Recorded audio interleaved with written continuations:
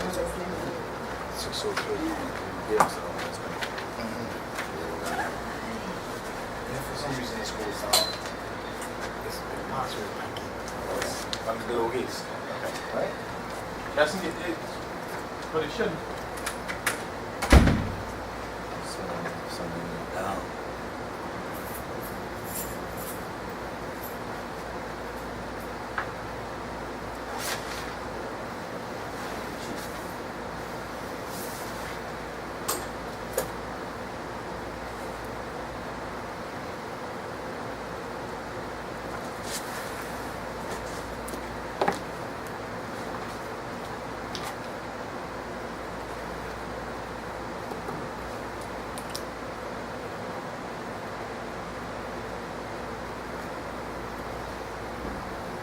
How many altogether? About 10 persons, is it? I think class is full. Yeah, this class is full. Fine. How are you, good sir? I am fine. How are you? Fine. There's at least 12, but it's 12. Altogether? There's 1, 2. This class is full, man. Oh, 12 at least. No, but remember last class. So- We had When we was finance. in Syria before. Well, we was in that room over there. We That's the- shared. Yeah, we shared last class. Yeah, so- but we. Oh, when we shared, it was first full. time. No, we met in that other room. The first meeting was in that other room. It's At about least 10. about Yeah, 10. 10 or 11. What was the first session about, by the way? Generally speaking. Stress. It was about stress? Cash flow. It was stress. Income statement. Income statement. Oh, really? Okay. So what was kind of like the topic of that first session? What did folks call that? Financial information, what did they call that? Like we call this risk Financial management. situation analysis. Financial, wow, Know your customer, evaluate your financial situation, okay. client profile, and all that stress. Has anybody done an accounting course at all before? So long ago. A long time ago. Yeah. I don't like accounting. Yeah, I don't, you're not alone, a lot of people hate that. Yeah, it's okay, but I don't. Did you guys discuss ratios and how to use them? Okay. The differences between a balance sheet and an income statement, why they're important. Okay. Unfortunately for me, I am an accounting lecturer as well, so I'm not hurt when you say you hate it. A lot of my students hate it initially anyway, and they hate it right through to the end. I think we have five or 3 accountants. I think we have about 3 accountants. Yeah. Oh, really? In here. Oh, God, great. We're one, right? So did they behave last week or? Relatively. I mean, yeah. Okay. Because sometimes when folks have information, they tend to. No, these ones are They very handled quiet. it well. Really? Interesting. Very Yeah. well. They didn't say, well, in my professional experience, they didn't do that? That's good. Had we not introduced ourselves, we People's wouldn't financial, know I know a guy, their but I don't know if professionals. he's still Wow. there. Nah, that's quiet. Well, ask him if you could park. If not, park and send your money.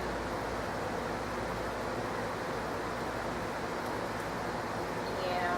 Well, driving straight up the street, headed fast. What was the discussion about customer service, by the way, generally speaking? What? You didn't do nothing. No, it's So know you're talking about your, customer- it's know your Customer profile. profile. Yeah, what was the discussion about the customer profile? Knowing your customer's background and financial position and Okay. I guess the goals, the objective, the need for the monies that he's looking for if we're in a banking environment, that type of stuff. Very interesting.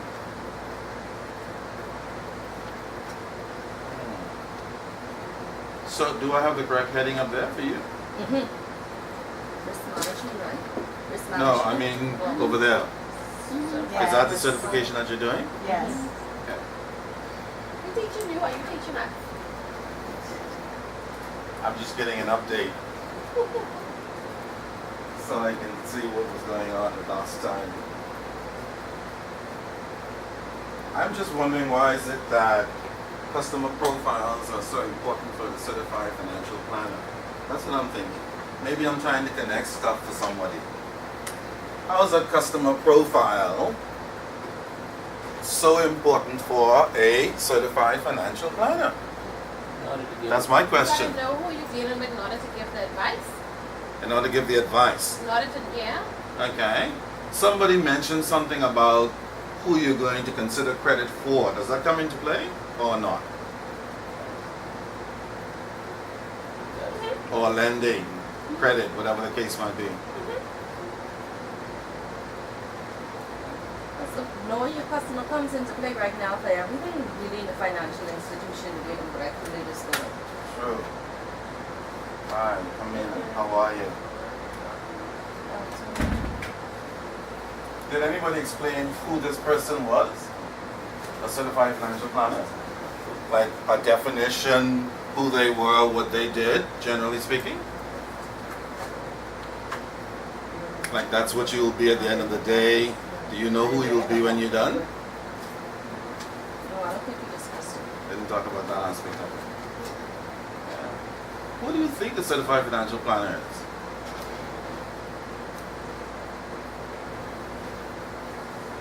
Some form of an investment advisor Okay, an investment advisor of some kind? or financial advisor. Yeah, an investment advisor. Okay. Investments. Financial advisory. Okay. not to Just be, and not only advisory but management, wealth management. Wealth management, perhaps. You mean they try to help their clients to manage their wealth? Okay.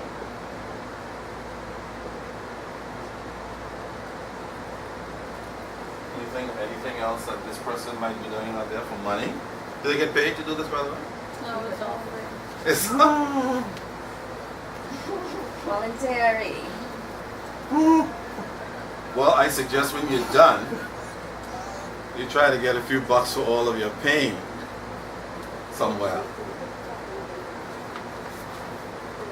How soon would we be able to see some old exams to see how questions are worded and that type of stuff as we move forward? Probably within the next session or so, by all means. And don't be afraid to send an email to Miguel and company and say when, kind of start to put the heat under them a little bit. Otherwise, folks tend to get tied up with other issues and then it lags. So feel free. And certainly I'll drop a note and let them know the sooner they can get it to you, the better. So you can start looking at that side. How does risk management come into play? What's that? Risk management. How is risk management related to the certified financial planner?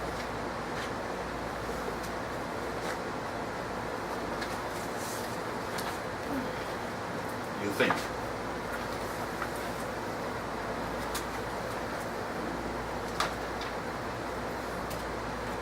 you have to be able to assess, I think, and also be able to give a clear financial plan. So whomever you're giving financial planning advice to, you have to know in terms of risk, to their liabilities and stuff like that before. Yeah, getting warm for sure. Getting warm. Yeah. Certainly, if you're sitting down in front of a paying customer one day, because they're paying you for this information and advice, and you're sitting in front of them, part of the planning process has to consider the risk management aspects of it. For example, let's say that your client has a life insurance policy with which company? Galena, why not? Any reason why you chose Galena? Yeah, that's my people. Okay. Marketing thing there. Was she right in marketing a company? One for them. That's the company that I have my insurance is with. Indeed. I work. You work for Galena. Should she be Galena marketing her Galena company? Financial advisor. Oh, which is different from the life policy people, indeed. But Okay? we're still on the Kalina, yes. cleanup. So let's say a client has a life policy for $500,000. Is this policy part of some risk management plan? What's the customer being insured against? Death. And your job, first of all, is to find out whether they do have a policy. Do you have children? Yes. Do you have a policy? No. So immediately you should kick in and say what? Go to Kalina and? Start. Should you say go to Kalina though? No. What should you say? I plan. Yeah, go somewhere.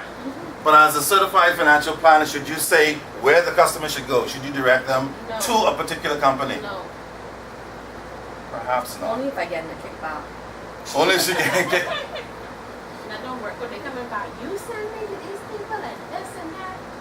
Yeah, that's interesting. Because you see, there are some financial planners out there who send people to specific places. Yeah. Makes a big friend. Mm-hmm. That's how we survive in the 242. What does 242 mean again? It's your area code. That's how we survive, yeah?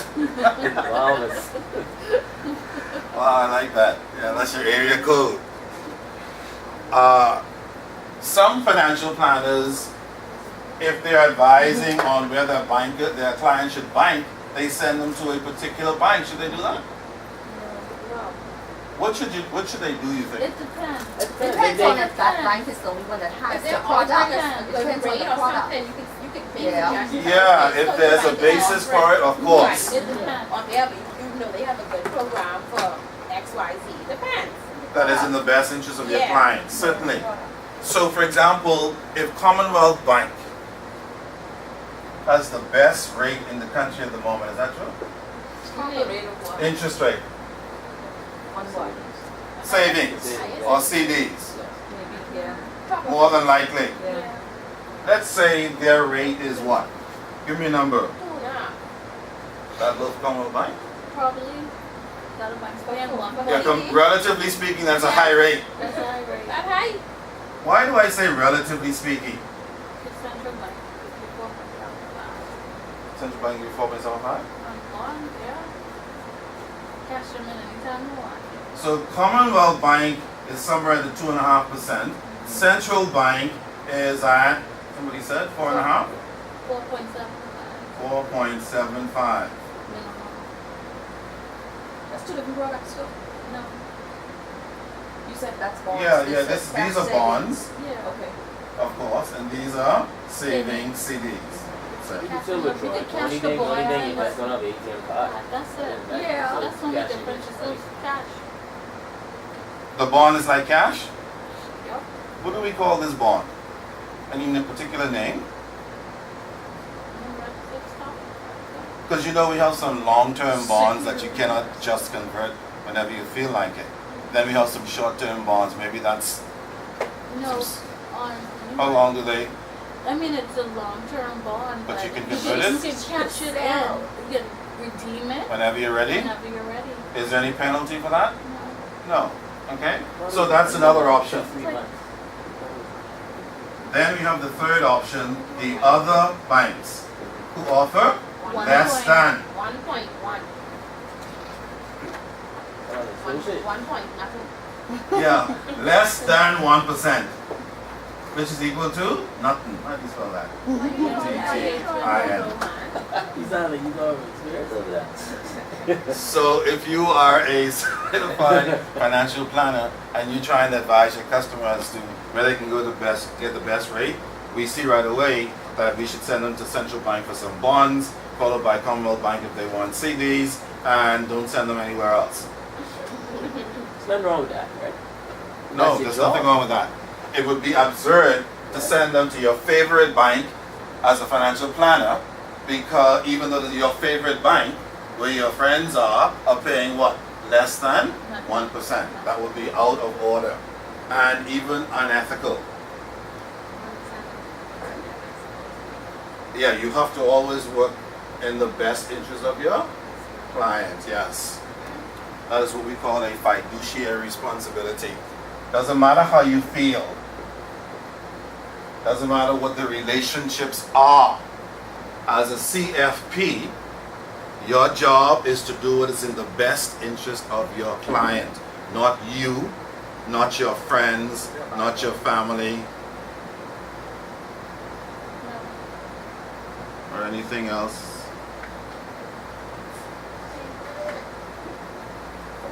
For that matter. Good evening, how are you? Yeah, it's a steamy day, isn't it? Thank you. Where's my list, by the way? Is it moving? Everybody get a chance to fill that in for me, please. Put an email address as well if you have one.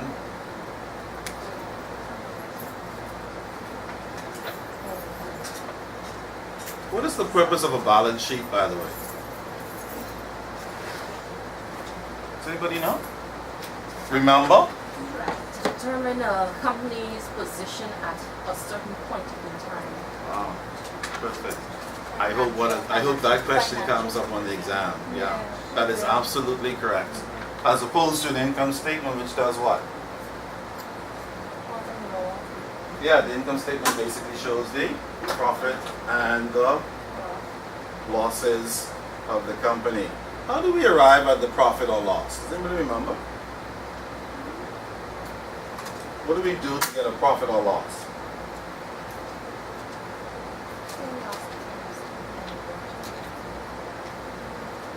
We take all of the what? Sales?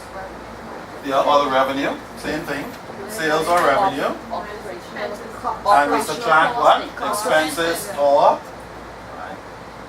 operational costs. We call them expenses. And we take one from the other, we end up either with a P or an L. Profit or loss. Okay.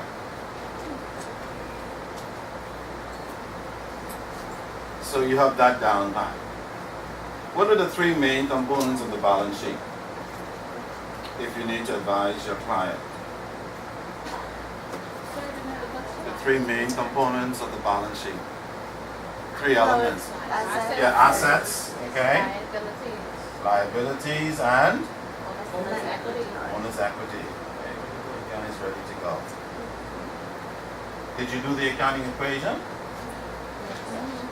What was that equation again? Assets minus liabilities equals. Everybody agrees with that? Is that in fact the equation or is that a version of it? That is a version of it, yes. The actual equation itself should look something like this. Assets equal liabilities plus. Yes. So is it just going to be one? No problem. Okay, folks, this is the final schedule. Okay? We're going to try to actually correct the one. Final for this week. The whole course. We try to keep or stick close to the schedule as possible. The circumstances does come up. The lecture sometimes does, you know, last minute have to go away for work and so forth. We had a question Uh-huh. about possible mock or pass exams, so we can start reviewing looking over them. You know, they'll be Yes, that can be facilitated. That's not a problem. We have a. Sorry. Also, check your information. Hopefully, I didn't left me with. Check your information. Some of you missed a couple of stuff. Fill in for me. Sorry. Yeah. Okay. Yes. There is a link. We send you a link to the online practice mock, which is very similar to the exam itself, the live exam. Okay. I'll send you that shortly. It won't be graded on anything when we sign in. No, the mock will tell you what you've done. Yeah, but it's not. No, but it doesn't go against your score or anything. Okay? Goes in again. You can practice it. You'll see. You can practice it. I think up to 3 times. After doing it 3 times, you'll get the same questions again. Okay? 3 times with different questions. Yeah, 3 times for different questions. And that's 3 hours. No, it isn't that long. It's about an hour. Okay? Alright. It gives you an idea of what you'll be what you'll be looking for. Okay? Just keep your full organized. I will have the, as soon as Mr. Slades finishes review of his section, I will have his own. I'll come back with you guys. Okay? Make sure I get an email. Make sure you just double check your emails and that. Okay? We should so we correspond. All right? Give it a look. Okay. Right. Let's see who we have. Please, when I call your name, if you can just introduce yourself so that I can have an idea of who I'm shouting at for the next couple of weeks. Okay, Dominique Archer. Over there. Okay, Dominique. Tell me anything you feel like. Where you work, what you do, why you're here, why you'd rather be elsewhere. Anything. I currently work at the Securities Commission. Okay. It's a certification I want to pick up. Work in compliance at the Commission. How long have you been with the commission? 8 years. 8 years already. So you've seen a few inspections, Many. written a lot of reports, condemned a lot of situations, Yes. and corrected a lot of circumstances. Yes. Wow, 8 years. Fantastic. Thank you very much. Who's Bria? Yes, Bria Brennan. Tell us something, Bria. Anything. Work at Scotiabank, presently on a compliance, sign of compliance project. Okay. Iris customer files. That's interesting that you're doing high-risk customers, because we'll be talking about why that process is important. Not necessarily specifically what you do, but in general. Okay? And particularly from a compliance perspective. It's a kind of proactive approach which banks have been taking nowadays because they've been suffering losses in the past. Folks would just tuck things away and then something burns down and they discover there was no in place. What is that? Fire insurance policy, for example. The customer didn't pay it, the bank wasn't following it, something burns down, and who's liable? Who's the bank liable to, you think, under those conditions? If they are in fact liable. To, The depositors should be that's interesting. That little drill down. What do you think the bank will do in a case like that, where their collateral burns down and they discover that the customer didn't pay it as they should and the bank didn't have any proactive program in place to have it covered? It burns to the ground, and now, what do you think the bank would do? New policy and procedure will be implemented. Yeah, that's what we call post-remedial. That's the cleanup part of it. Like after somebody is dead. Staples are close to the door. That's what we usually do. Yeah, you do a policy and procedure to clean it up. Yeah, which is what they're trying to do in her area now, to some extent. Not necessarily at her bank, but it's kind of, I guess, yeah. Okay. So that we don't have those kinds of situations. Do you have to call customers and say, yo, something is due? Yeah, we have a team at our collection center that call customers Yes. prior to the insurance becoming due. Absolutely. Scotiabank has a system in place where they automatically renew the insurance if the customer doesn't turn in the confirmation that they paid it. Indeed. Is that a risk management process that they have in place now? Yes, it is. And believe you me, they're not just doing that because somebody woke up as a rocket scientist one day and say, gee, we really need to do this. This is something that has been around forever and ever and ever. A lot of organizations did not have any proactive programs where they would actually call the customer. Stuff would just filed away and the chips were allowed to fall where they may. So yes, that is part of what risk management is all about. When you get married, Do you need a risk management program? Yeah. You should. Yeah, you should, maybe, could, yeah, definitely, for sure. I don't know. Do you know that all those answers are typically answers that occur in organizations that are trying to manage their risk? Get your prenup. Suppose you don't have much, you should still get a prenup. Let's say you have a car. No, no, we grew together. You grow together. Yes. And then leave. When you get enough assets, then you leave. Is that part of the risk management process? Yeah, it is. I know we don't think about it that way, but it is. Having a life insurance policy and being married and having the policy in the name of your mother rather than your spouse is risky, isn't it? Very much so. Not really. Not Very really. much so. Not really. You spend that money. In our 242 said My that. mother to bury me and take care of my children. Yeah. No, we talk about Angelo, mommy, so you can get that the best. In our 242, men are at a high risk when their wives die. Reason number one, oftentimes there's no policy on her.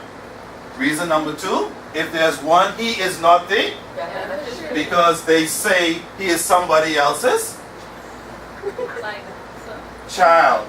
And all men are Dogs. anyhow. So why the hell? Is that part of the risk management process? Well, it is. What class they teach you that? I don't think people get I life know. insurance policies. It's not in the even think- paper. Even think, okay, I'm married now. Let me put this in my husband's name. If it was a pre-existing policy, if you get a policy being married, I would hope that you put it in your husband or your spouse's name. Well, historically, when men get married, they are hot to put in their wife's name. But the reverse is not true. Why? Because Well, men that's get something you have to married Google. So quickly after the Well, there's one reason.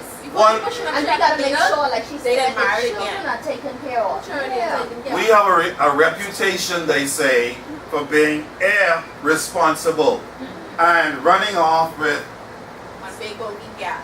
yeah, Sorry, it's 2014, they doing the same thing. nothing has So- changed. They doing the same That thing. might be very well the case. Yeah, you might know, be woman right. get married no man, and she have money. She even evening and no, she have that money. But it's not the truth the other way around generally. As soon as we marry, we The want to tell our most- wives I everything. just get I have this, I have that. We are going to have a great life. Yeah. But women are not so open. She Yeah. She'll tell you she's a I ain't girl. gonna pay no money on no man. None. No dudes. No, sweetie. You don't even know I have that money. Talk about managing risk. This is Wow. sick. I learned a lot today. I learned a lot Show today. off with your wife and Okay, Bria, thank you for bringing up that for us. Had you not said that, I may not have said anything until later. Okay. And Anel Dillette. We were married. Anel, yes, Anel, anything. We all done. I work at Scotia Bank, Yes. special activities, power sale officer.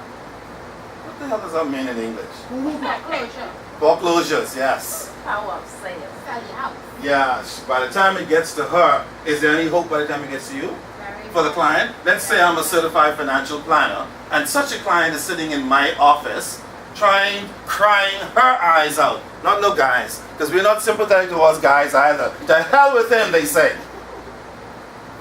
How the hell do we get like You that? sound so bitter, man. What happened? No, I'm not. That's the truth though. This is just information for Ting and them. Not me. Wow. Those of us who have sons, see? Or who will have one day. That's sick. So why are you doing like this? Just remember that tomorrow it might be your beloved, sweet boy. My good. Yes! That somebody else is beating to death with the same stick. Okay, so I'm the CFP. My client is in front of me. Their house is up for foreclosure. I need to call you. I know. Is there any hope for my client? Unless they have the money to pay it up. Well, In then full? we haven't entered a sales agreement, there's hope. we enter the sales agreement, that's it. So there's hope if you have the funds to pay it up in full Before the sales agreement. before the sales agreement. Suppose you have a sales agreement and then they get the funds. Will you cancel it? No, we can't. By law, we can't. We have a situation like that right now, we can't. Wow. I didn't ask the question arbitrarily. Yeah. We have a situation like that right now. Welcome to risk management. Too late. Welcome to risk As a management. matter of fact, the person's lawyer is supposed to come to us and let us know that they fooled around. There you go. So the person's The lawyer lawyers. is really the problem. Yeah. If you want something to be done faster, do not go to a lawyer. Go to this person first. Our people. The ACCOUNTAN. Somebody got excited about that. Chances are your accountant will follow through sooner than your lawyer. It's true. If the lawyer lay down on that, and now They always lay down. he won't come making noise like we have some, we have no better. That's it. Is any hope for the lawyer? Nothing happening. The client, and therefore the client suffers. Yeah. Yes, But he's still getting paid out. of course. Is any risk involved in that whole process? Absolutely.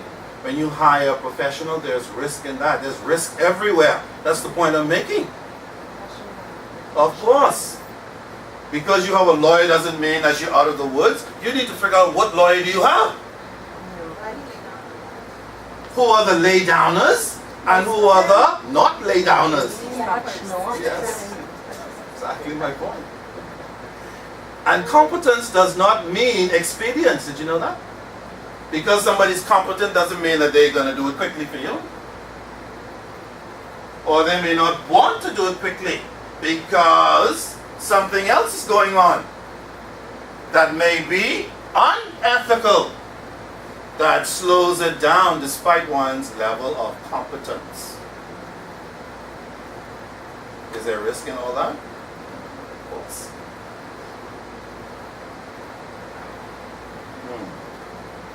Well, Anel, thanks for bringing that up. That's two in a row that create all kinds of, but these are real things. And I'm glad you mentioned that. It's something that's happening right now. Because remember, today it's that client, tomorrow it's me, the next day it's you. Who the hell knows? My son asked me the other day, Daddy, are you going to have any money when I graduate from high school? Is that a risky question? Of course. That depends. How the hell I know whether I'm going to have any money? Tell them about the school and then say yeah. Well, now we're getting warm. There are always what? Consequences as well. Alright, yes. I don't know, we'll see. So I guess he's in a panic right now. That's fine. Good. Alright, thank you very much. Giovanna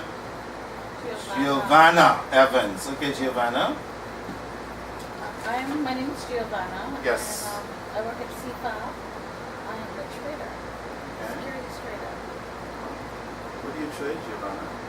Everything you need to trade it. Is that on the domestic market or international or both? Both. Oh, indeed. So if I'm a CFP, and I want to talk to you about some kind of service you can provide my client, so I can come up with a plan. See? Plan up. What would you suggest to me that I do from your perspective? What would you sell to me? Well, the first thing that we look at, we do it's called I can't remember the correct word, but it's a statement that we look at the position of the client, see how old they are, Indeed. what the risk level they can take and they are That willing to propagate, take, yes. and how much money they have. Yeah. So they do an assessment. We do it's like Traders are doing an assessment, of course. Yes, I think it's Okay? By all means. personal statement. What product would you say might be something that you would throw out to me for your client? Let's say, what would be a good product you would recommend out of the items that you trade? We don't recommend anything. They don't recommend anything. See? Because there's risk How in come? people. there's risk involved, and we don't want you to say that we told you to buy something and it goes down in value, or we told you not to buy something and it goes up in value. So unless you're paying for that advisory service, and we've done a proper risk Right. analysis on your wealth and Yes. what your risk tolerance is, then we don't give you any advice just right off the bat. I quite understand. So I can't even give you an advice because I don't know your financial position. Situation. I would have to say to my client, you need to go in and see. Would you be able to talk to me on behalf of my client in terms of their risk portfolio, If you their analysis? it also depends on what you bring to me. If you bring all of their relevant documents, Yes. what their goals are, then yes, I would be able to do a portfolio based on what you're looking for. Indeed. Would you need something in writing from me as a CFP, from my client saying that I'm authorized to do this on their behalf? Yes, we will need a Indeed. power of attorney from the client Yes. in order. I mean, if you're bringing the check and if the account is in the client name, obviously we can't make any decisions on the client's account unless we have their permission. If you have Indeed. the power of attorney to act on their behalf, Then you it's can within proceed. the scope, so we can proceed with the For it would be risky for you to proceed without such a POA. Correct. Yeah. So my point is, from here to here to here, nothing is straightforward already. Even the person you love, I love him. I adore her. I am taken up and head over heels. There's risk. Yeah. Okay. But that's not to scare you. Go ahead and get the hell married or get married. Don't let that stop you. And have your children. I said, well, I don't know about that anymore. I need to consider now, though. Don't worry about it. There's always risk. The key thing to risk is mitigation, isn't it?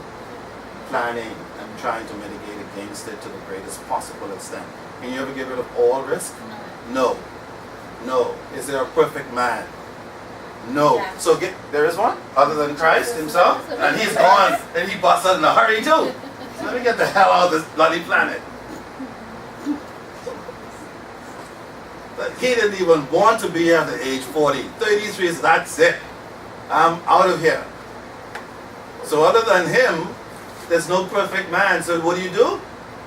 Make your best risk assessment and go with it.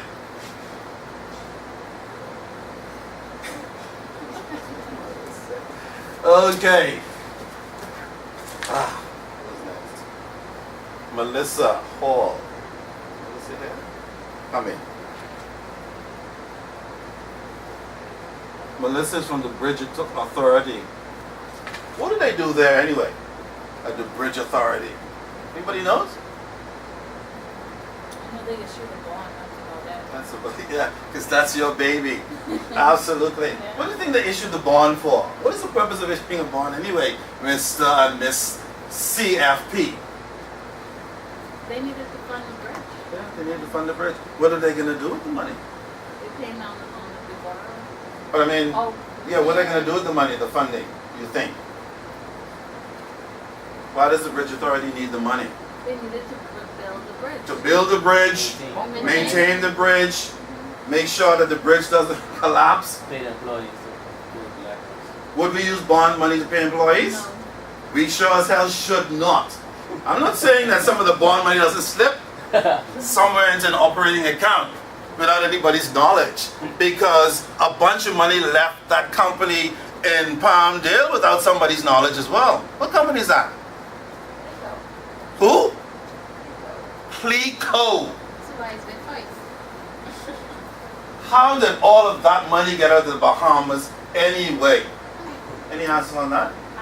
Ask the Securities Commission. I mean, you know, he Yeah, worked ask them. and had the insurance. I can put my standard disclaimer right now. Yes, he has put up his disclaimer. He'd rather not incriminate himself by trying to answer Expressed that by question. myself and not the Yeah, absolutely. Understood.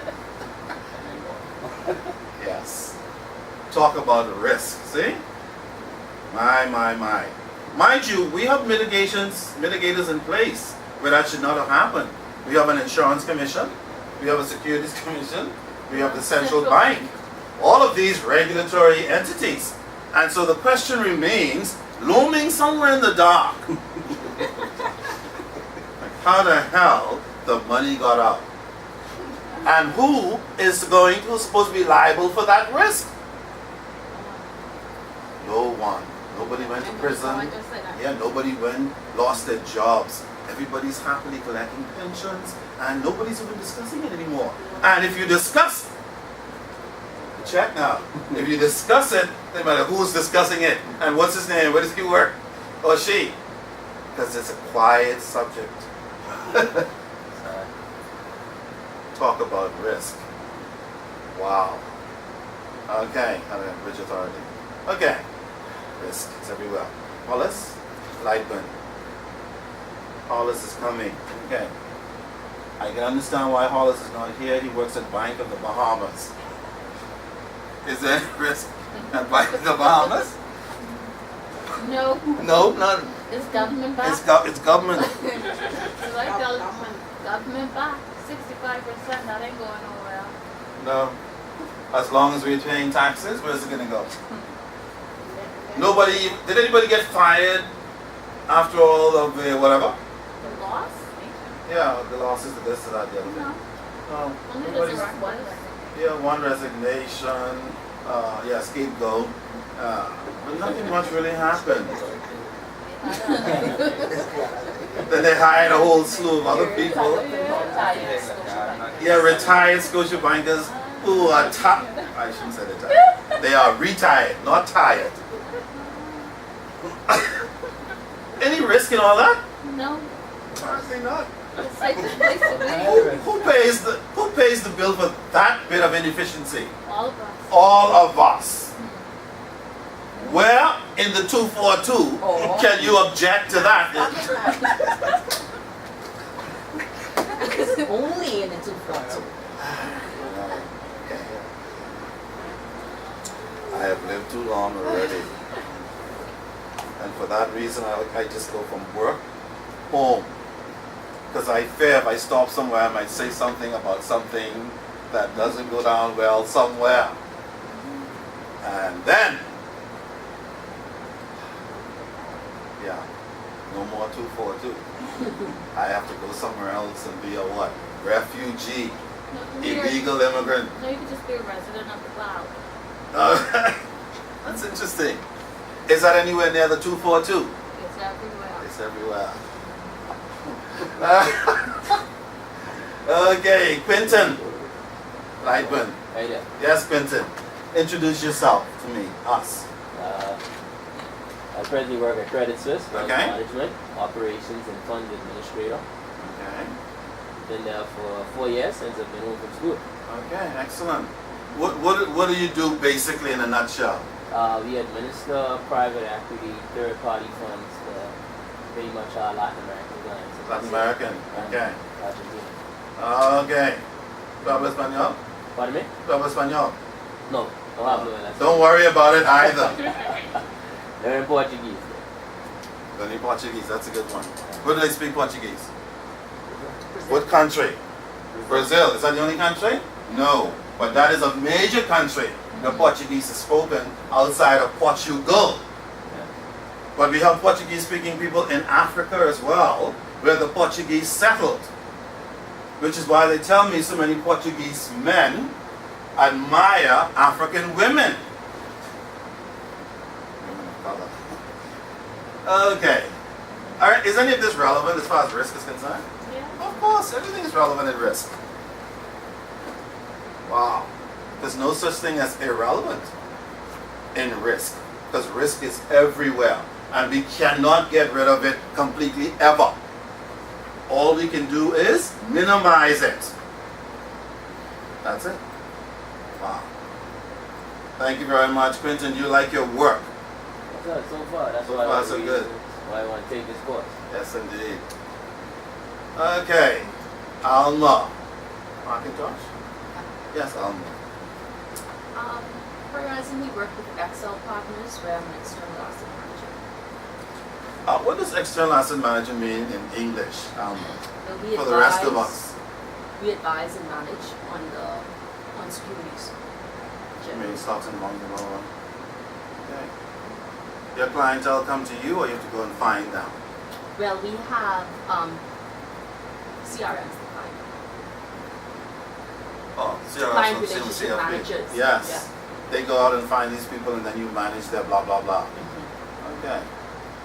Sounds good. Because we all know that the world of finance has changed completely, and nothing has been the same ever since. There was a time when clients came in and kicked the door down. Now we have to go out and find them. That's why relationship managers earn so much money. That's why they have so much influence in the organization, because they're the ones that create the customer base. Absolutely. All right, thank you very much. Therese, is it? Miss it? Zenobia. Zenobia Sabala. Yeah? Did I say that right? Sabala? Okay, Zenobia.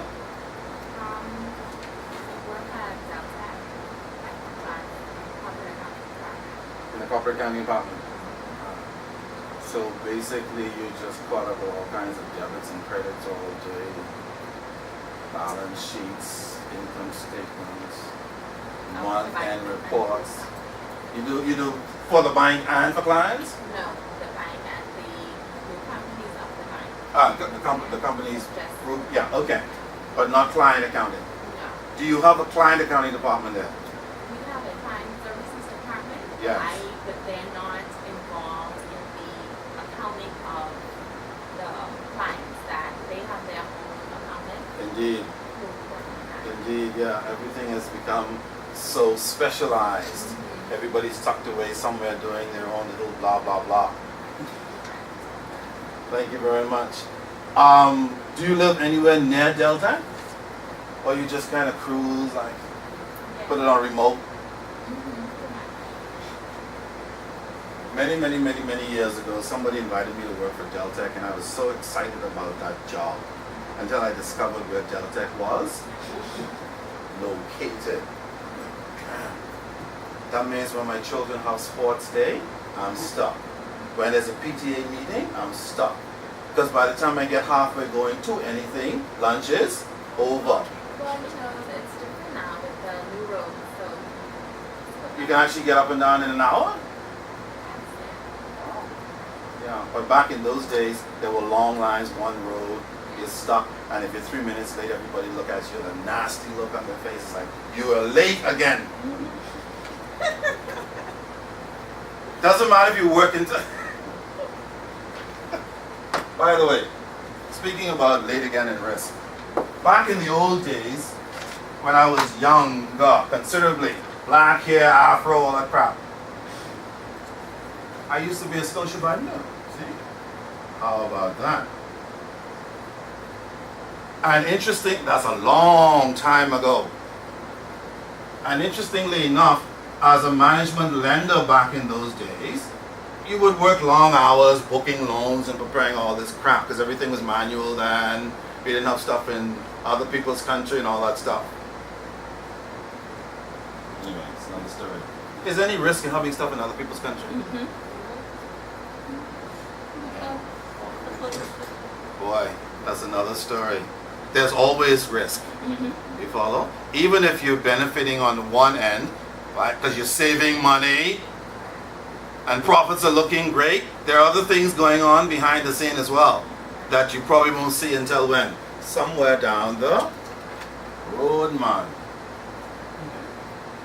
So you would work long hours. So you'd work until 6 and 7 and 8 and 9 and 10, and then after that, I would fill up my little briefcase, plastic briefcase with the loans, carry it home and work until 3 a.m. in the morning. Despite all that, if I came in 9:05, what happened to me? Right up. Excuse me? Right up. The young punk is late, see? Nobody gives a... Does anybody care about this? No. This is the only thing they care about. Is there any risk in that? yeah, there's a risk that I'll get no recognition for all this hard work if this happens a few times. That's right. Wow. And there's also the risk that you will stop working at 6, 7, 8, 9, 10. Yeah, there's risk to me and risk to them. Yeah, if they just watching time that you come. Thank you. No, No, because I didn't check contracts there. no. 9 o'clock, you at your desk, waiting. It doesn't matter how long you work after 5. The devil in hell with it. Has anything changed? No. No. The only time you get a break if you're somebody's what? Boy, Yeah. gal. Something that's not in the book. Risk is everywhere. That's really the point I'm making. It's not only just the formal stuff, some of the formal things we've been discussing. There's a lot of informal stuff as well. Hanging around. Wow. Who would think? Okay, thank you, Miss. She caused it. She said she worked at Delta. How long have you been at Delta, Mr. Bola? Bala? Well, 9 years already. Do you like it out there in the desert? I'm asking you some pointed questions. I must be her CFP. Yes. Yeah, so far so good. All right, thank you very much. Last but not least, Beverly Williams. Beverly, let it rip. I hope it doesn't rip as much as my head. Oh, you really do have a, Yes, because I sir. saw you like this, I thought maybe you were just holding it up. No. I'm not as interesting as the rest of the class. Why do you say that? Because I'm transitioning. I'm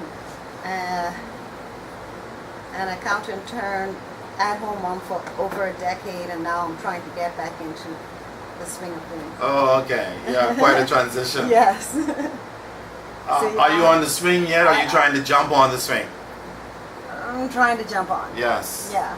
Yeah, you'll get there. It's just going to be very interesting. Yeah. And then getting back into the swing, it's going to be interesting as well. So buckle down, get ready for an interesting ride. Know that there's a lot of this hanging around, whatever it is you're going to be doing, and just be ready. Yes, sir. Right? For sure. 10 years is a long time to be out in the wilderness with mere children. It was more than 10. More than 10, Yeah. yes. And I don't mean mere children. Children are the most important what? Assets in the world. Absolutely.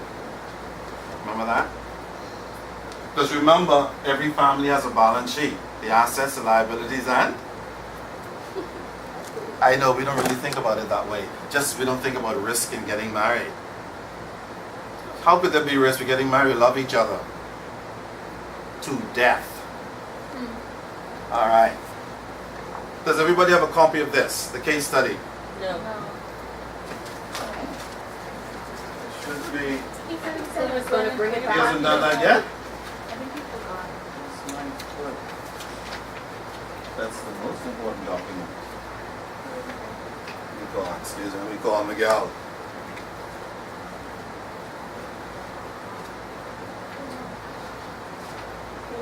Because remember, next week we do not have a class, do we? No, dependence. Yeah, next week is a He said holiday. we have to do a case study. Is that Smith House Hotel? Yes. Smith House Hotel. Do you have that? No, I didn't. Everybody didn't get it. The email came at 11, 10 today. Okay, who has a copy so I can... 1, 2... Hello?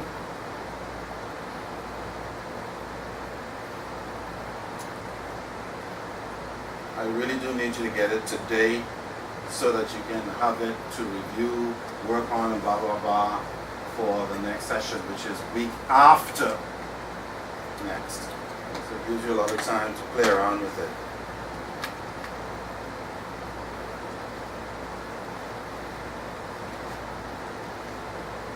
I don't expect Miguel, I need some copies of the case study, please. Yeah, okay. It's coming. When you get the case study, folks, do not panic if you see stuff that you're not familiar with and all this kind of stuff. I don't expect for you to come up with something straight out of the Rocket Science magazine. All I want you to do is to go through the case study and respond to the questions at the end the best that you can. I'm not expecting a perfect piece of paper. That's not the purpose. The whole purpose is just for you to go through the process. Alright? See if you understand anything at all. What you don't understand, ask somebody, Google something, stuff like that, so that you can build whatever you need to build as you go forward to becoming this thing. It's all about information anyway. Okay? So don't panic if you see stuff that you're not familiar with. Ask anybody, Google it, check it out. The other thing is, of course, you want to be thinking about some of this stuff in terms of, is there any risk involved? That's part of the process as well. And if you see any, you just kind of make little notes and blah, blah, blah as you respond to the questions at the end, which you will see. Okay? So please, don't panic. Don't pull out any hair. Don't lose any sleep. Don't abuse the children. It's not that serious. Does everybody have this copy? Risk management and insurance needs. Yes. Okay, great. That is for your reading pleasure. You have two choices when it comes to that document. You can say, I'm reading it, or, to hell with it, I don't have time. But if you do have a moment, just look through it. You don't need to remember every detail in the paper. That's not the purpose. Remember, these documents are for information. And this information, if you read through it, will help you to do what? Look at the case study a little differently, because now you have more facts to work with. That's really the whole idea. And going forward with whatever other work you have to do. And as a source of reference as well. A whole lot of reasons why. Alright? You have this, too big to fail. Okay. More reading material. Because incorporated in the lectures will be little snippets from these documents. Okay? But these are reading material primarily, and reference material, and also to help you with your case study when you get around to doing it. Too big to fail. Does anybody remember one of the companies that this referred to? Potentially? Too big to fail? Which car company in Detroit was about to go under and Barack decided he's not going to let it happen? GM? Yes. Now GM is what? Flourishing again? A few callbacks in the millions, but they're back and kicking. But at the time, people were telling Barack, you'll be stupid to save this company. Let all those people drown. As if Detroit needed that situation.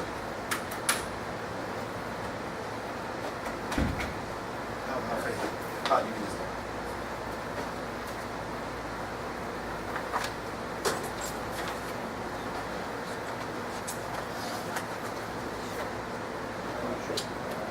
she has.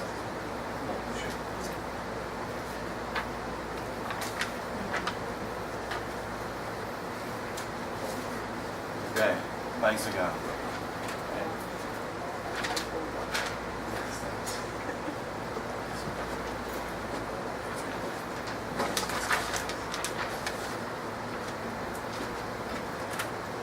Thank God Barack did not allow it to go under. Because in reality, there are in fact some companies that are too big to fail. It's something like Bank of the Bahamas. Not that they're too big to fail, but should we allow a bank like Bank of the Bahamas to fail? No. No. Okay? Because Bank of the Bahamas serves a very crucial domestic purpose. They're like Bahamas here, aren't they? In a way. Because for example, let's say a particular airline or two decide, we hate Bahamians now. And we're not flying to that bloody destination anymore. Go to hell. How's that? Without Bahamas Air, we would be scrounging around. But with Bahamas Air, no matter that they're egging, at least they're flying the hell out of stuff. We could go somewhere with Bahamas Air. Yes. So Bank of the Bahamas is like that. Yeah, there are some organizations that we should save. Of course, we should try and make them better, God forbid. Okay? But this is an important thing. What about this? Does everybody have this? More reading material. More reference material. Please, this is not designed for you to lose sleep, just to read for information and to have as a source of reference. Okay? That's it. Okay, so we're good to go. The housekeeping is just about done. I would suggest that you try to at least read through some of this stuff before you begin to look at this. Okay? It's not a prerequisite, but it would be helpful. Or maybe you can do them simultaneously, whatever works for you. Because some of this stuff here might be helpful in terms of how you do your analysis over here. Okay? I'm not going to give you any format. There's some questions at the back. Respond to them, come up with your own stuff, come up with your opinions. In my view, this whole Smith thing stinks, whatever. There are no restrictions. Just answer the questions and add anything else you like. That's the idea. Because I really just want to hear your thoughts on that. That's the key. Any questions so far? All right. Did you say when the case study is due or Week after next. 26? Oh, 17. Yeah. So you have 2 weeks to play with it. All right, more paper. I promise this is the last of it.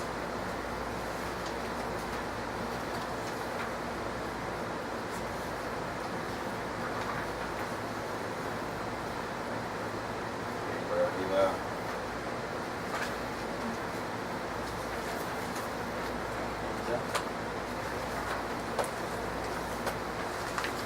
This doc, well, before I say that, I haven't even introduced myself yet.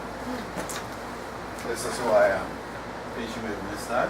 Samuel Wilkinson. I work at Votorantim Bank, which is a Brazilian bank. And they speak? Yes. Fala Português in Brazil. I'm learning too, by the way. Young man, I'm thinking, why the hell should I be learning a foreign language at my age? I'm getting old. But anyway, every time a word shows up and I feel spunky, I learn it. See what happens kind of thing. So you do a little bit at a time, don't panic. Okay? The only disadvantage that you have is you're younger than I am, and therefore more might be expected. They probably look at me and say, this is an old dude, the hell with that. He's gonna die soon. Anyway. Tired. I don't know. What do you do there? At this bank? Not yet. Number 2. CEO. Yeah, number 2. CEO. I'm number 2. CFO. Not the CFO. I'm the second officer, or what you might call the assistant managing director. Some crap like that. But only one person gets the benefits though. And who is that, as usual? The guy at the... Yeah. Do you think he's Bahamian? It's not. No. In fact, I'm still wondering how the hell must have been divine intervention. How you get to number 2 then? Definitely. In a Brazilian bike?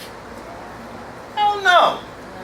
These two positions are reserved, correct, Miss Abala? And preserved and set in stone. You must see someone play it. I don't know. No, that's the whole thing. Because I suck at the boy thing. To the bone. I stank. That's why they had a problem with me at Scotiabank girls. When I was a youngster, like 22, 23 or some crap like that, and stuff would go on, I was the guy who would say, excuse me, didn't the policy say this? And so everybody hated that. Because they don't want you to discuss the bank's policy with them. You're a little young bastard. You should just shut up and do everything the hell we say. What the hell are you talking about? Section 2, subsection 3. And then I wrote stuff. Yeah, Afro and shut the hell up. That's basically what was supposed to happen. So, and Sabala will tell you, yes, Bahamians don't normally. Every blue moon, and God knows you have to sell your thing to the devil. Yeah, because I was about to say, I came from SG. That's changing. The old Ambrose, now Societe Generale. And that bank works well with promoting Bahamians. Yeah, It's it's just changing. only disappointing that Bahamians do not live up to those positions. You kidding me? We don't? No. That's a whole No. different risk question. It depends on the bank and the ownership of that bank. Yes, Yeah, it depends on the bank depends. and the ownership of that bank. That is absolutely correct. Right? So you have these relative issues. Okay? Because I tell you, 10 years ago when I was interviewing for this job, 6 directors came from Brazil. And by the way, this bank is the 7th largest bank in Brazil. And I'm like, what the hell am I doing here? Isn't this job reserved for other Brazilians and other foreign people? Because that's the way it always was. And that's the way it still is, except that it's changing slightly in some organizations depending on the organization. But I'm concerned about the fact that we are not living up to, because that's a risk issue, isn't it? Because if we're not living up, we're running the risk of what? Going where? Back!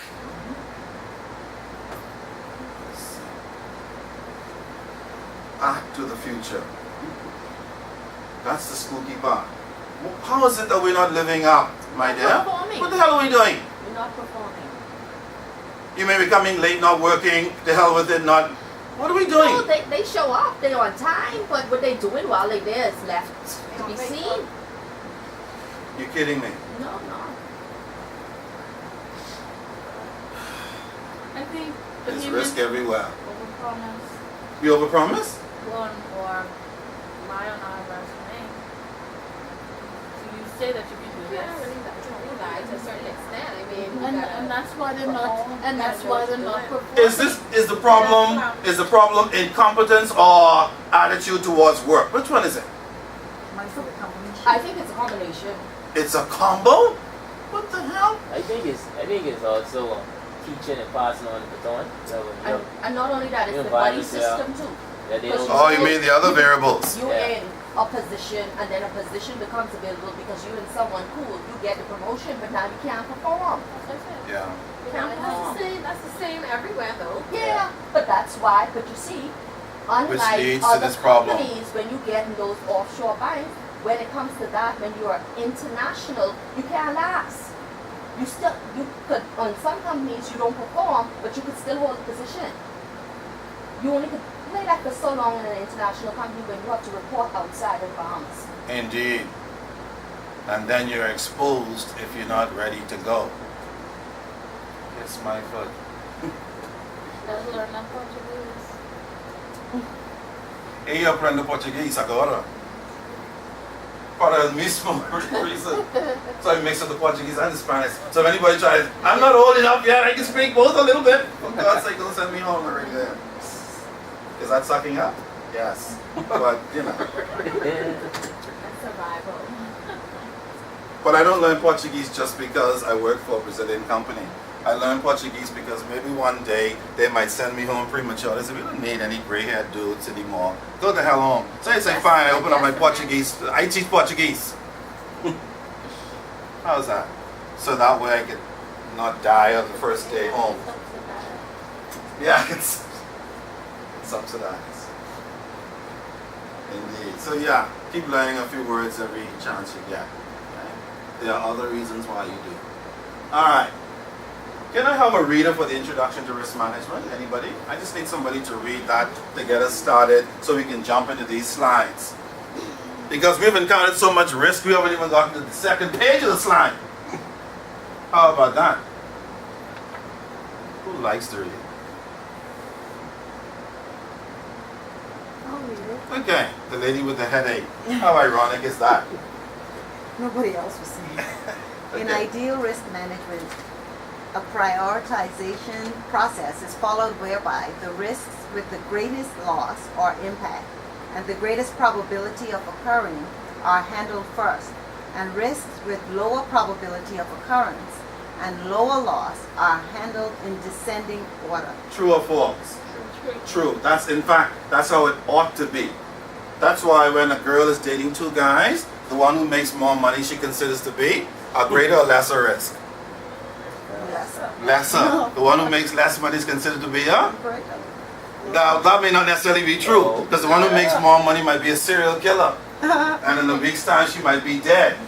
Or a serious. Yeah, abusive. Don't even kill her, just keep beating her after death. Let her heal, then beat her after death again, let her heal. No, after heal, buy Gucci bag, and then be Then, yeah, again, exactly. While the guy with the lesser income, it's like, come honey. You can have all. I'll make you some tea and be Yes, together. Have all of what I You don't can have. make a fool out of me anytime, and you don't even need to lead me on your life insurance policy.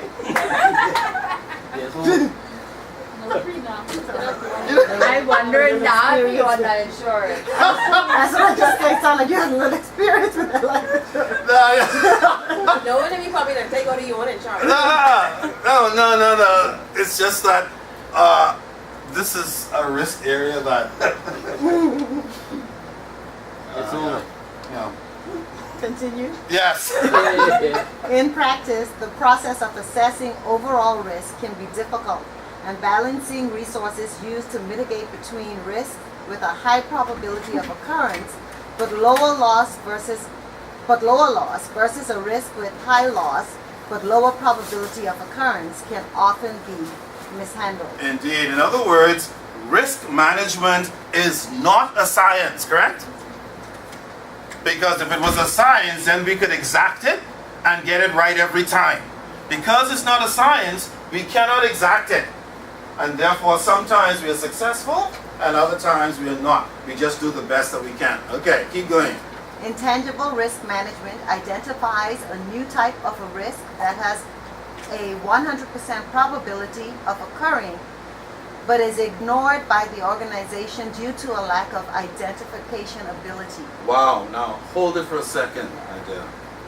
What do we mean by intangible risk? And Well, it's a risk we can't touch. What would be a tangible risk? Let's go there for a moment. A tangible risk. What would be an example of a tangible risk? yeah. Property loss, yes. That house is burnt down and there is no fire insurance. The car smashes up and there's no vehicular insurance. Somebody dies and there's no death benefit.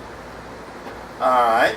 So intangible, an example of that might be what you think. Intangible risk. Yeah, reputational. Thank you very much. A rather poignant one these days, because everything is about reputation in the 21st century. We care and we don't care, but that is the issue, especially with organization. It's all about reputation risk. Okay? As a matter of fact, speaking about reputation risk, a private banker told me not too long ago that they were with a bank doing business. They had a US dollar account, a B dollar account, and they wanted to go to B bank. Why wouldn't I call the bank's name? That's because it's Scotia Bank. When they went to B bank said, I wouldn't suggest you try to open up an account with us as a private banker because there are so many formalities involved. Can somebody critique that? Is that a legitimate statement to make or not? I'm not very lazy. You think it's just lazy? They should have just jumped for the business? Why are they avoiding the business? The client needs to make the decision. The client is a private bank with X bank now. They want to move their account to another domestic bank. The second domestic bank says we don't want to really deal with that, besides it would be too much trouble anyway. The whole idea was, the language was one of discouragement. Why would that happen? Client would be a high risk client.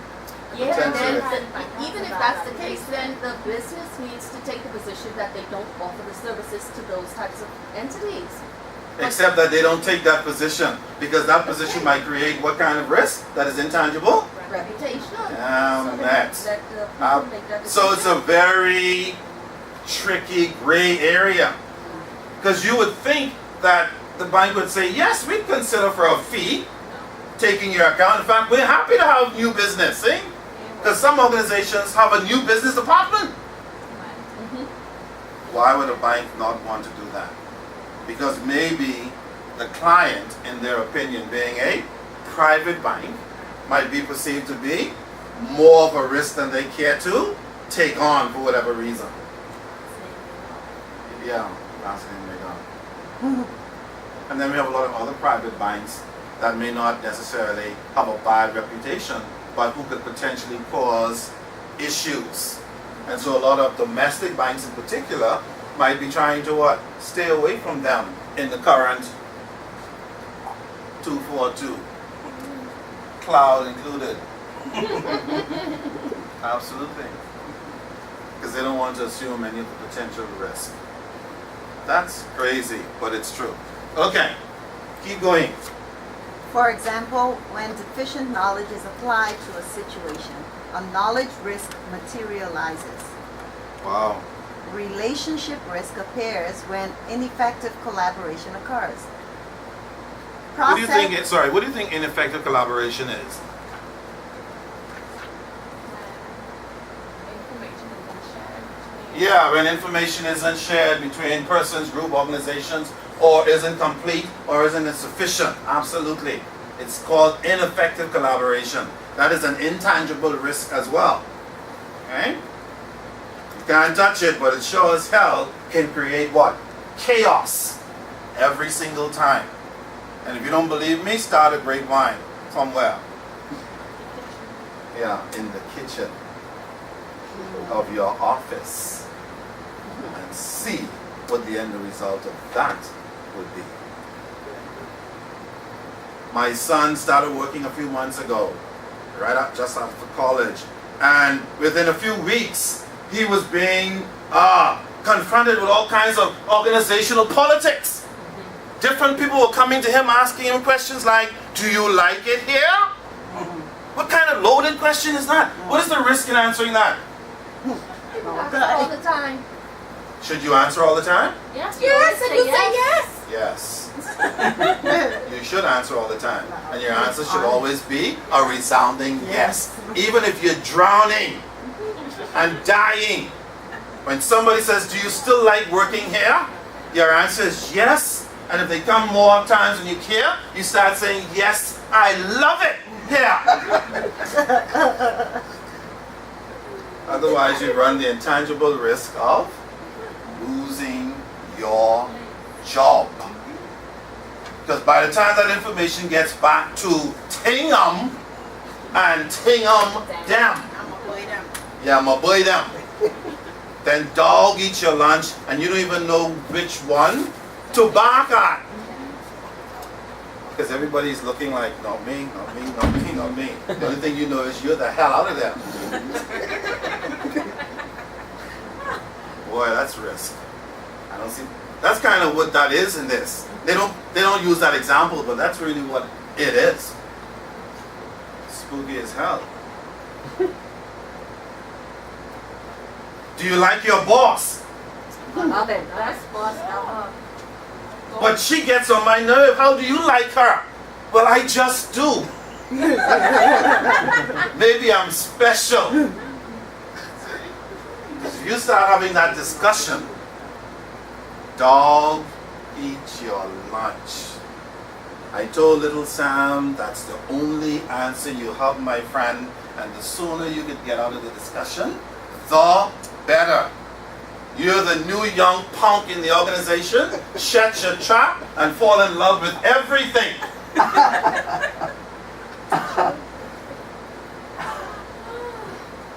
Don't be like your father anytime soon back in the day. About section 2, subsection. You piss people off. They don't like that. Even though it's the truth and you have every right to do it. And in the staff meetings they tell you, feel free. Don't let. Yes. Yes. And yes. Damn open door policy. And I walked right into it. Because I thought it was for the betterment of all. And then you know one say nothing. No. And all those staff members that I eventually started to supervise, and I'm there protecting on their behalf. When all hell broke loose, I'm the only one who's drowning, and everybody else is silent. In the boat rowed away. Yes. And I look like that, only me. Great. Great. And I'm out there saying on their behalf, I think this organization ought to consider the well-being of its employees. And when I look behind, nobody's there. Even though they were there before, during the discussion. Jason, yeah. Yes. Risk is everywhere. That's my point. The same ineffective collaboration thing, the same relationship thing. In there lies much risk, and you'd better plan and mitigate against it to the best of your ability. Keep going, my dear. Process engagement risk may be an issue when ineffective operational procedures are applied.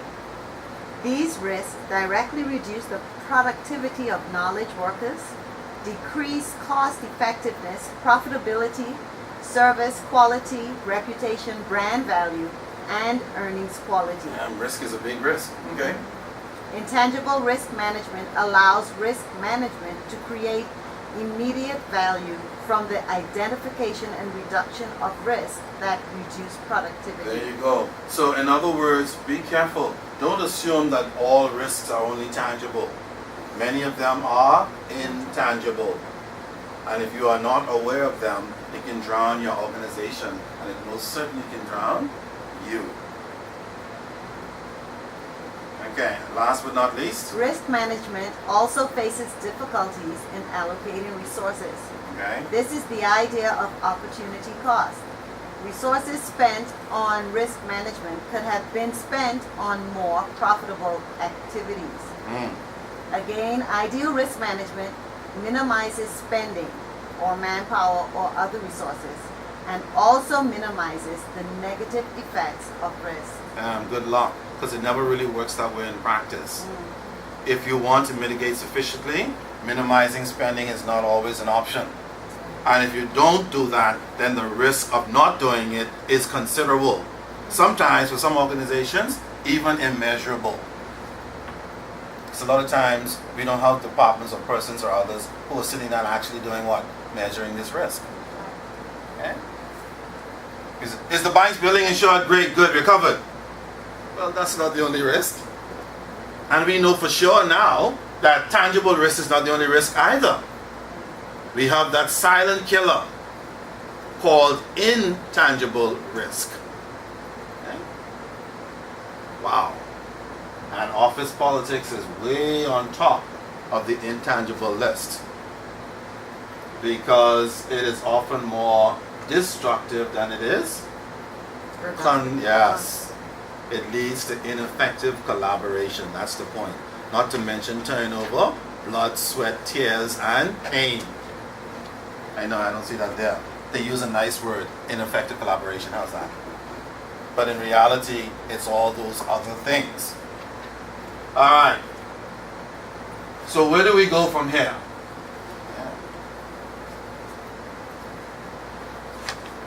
What then is risk management outside of this interesting little dialogue? Because really, this pretty much sets the stage to remind you about these two variables concerning risk. One, that it is either tangible. It's a lot of organizations, believe you me, that's the only one they focus on. Or it's intangible. And the really good organizations will consider both, because both of them can lead to either success or unparalleled pain. What's the name of that huge company that went under a couple of years ago? Anybody remember? Was it WorldCom? Enron? You think they considered those things? Hell no! Those guys are so busy trying to make money that they gave up all issues concerning risk, obviously, both tangible and intangible, until the whole thing came what? Crashing down.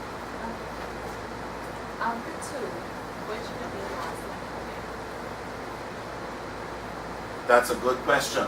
And the answer to that would be depending on the organization. Off the cuff, I would say both should be given equal attention depending on the organization. But again, some organizations require that you spend more time with this and less time with this. Other organizations, for example, service organizations, see what I mean, will require that you spend more time with this than with this. So, for all intents and purposes, service organizations might require more of this. Product organizations might require more of this. But again, that will depend on the organization. And then, of course, we always have the old combo thing, because it exists in both cases. How you weigh it depends on the type of firm and the circumstances in that firm. Absolutely. Because some firms only have a limited amount of tangible assets. You insure it, you're good to go. This is your real problem over here. What's going on with your staffers? Who's covered, who's not? Do you have liability insurance, etc., etc.? You have director's insurance, you have these kinds of things that fall over here, even though you don't have a whole lot of this. Other firms are very asset, have lots of assets all over the place, internationally, everywhere. So this is equally as important. The problem is sometimes when firms have a lot of this, they tend to what? Ignore this or spend less time.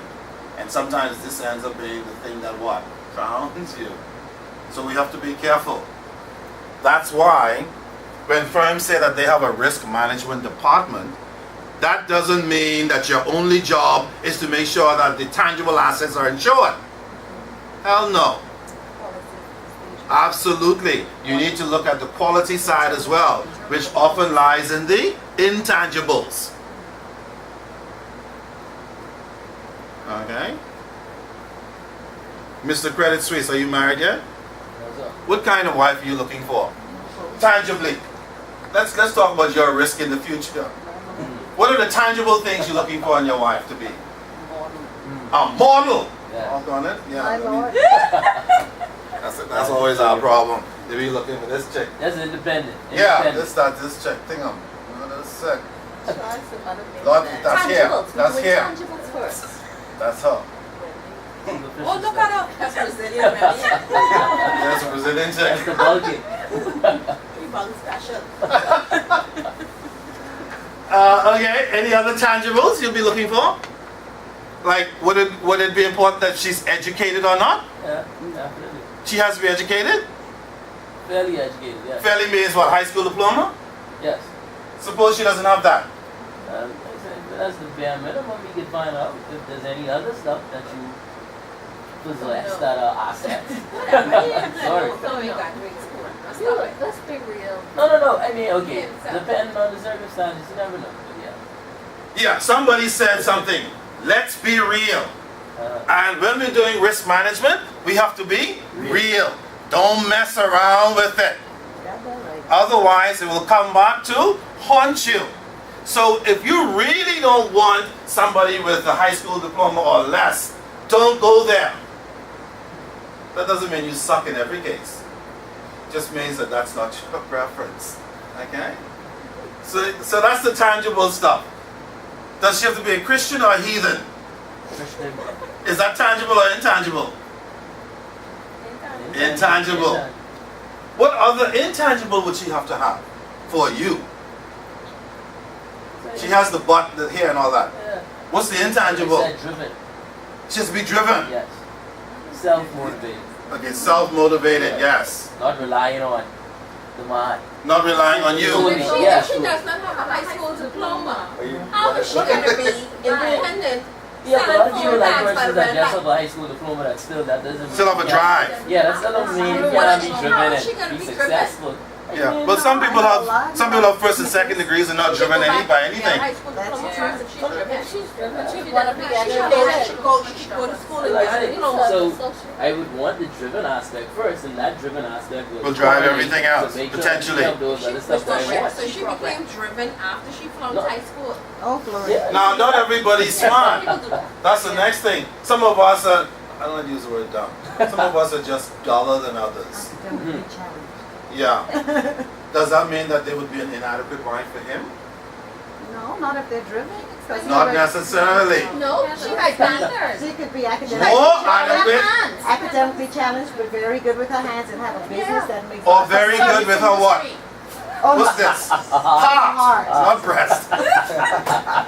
We can't get away from breast as well. No, I mean, You try to pull that one, Mr. yeah. You try to pull that one.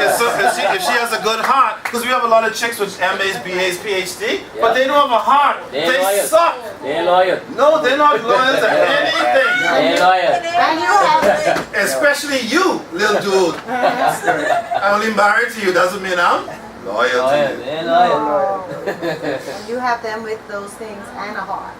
Yes. Boy. Good luck as you go into the 242 in the cloud. Yeah, that's me. You know? All right. Pray for me, pray for me. Risk is hell. That's the point. Risk man. Sick. Is it knowledge is power, knowledge is hell too. I'm telling you.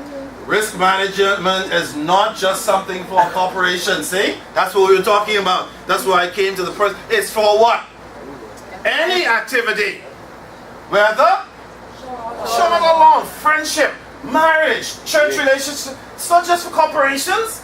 Deltec, Votorantim, Scotiabank, Royal Oak, Kalina.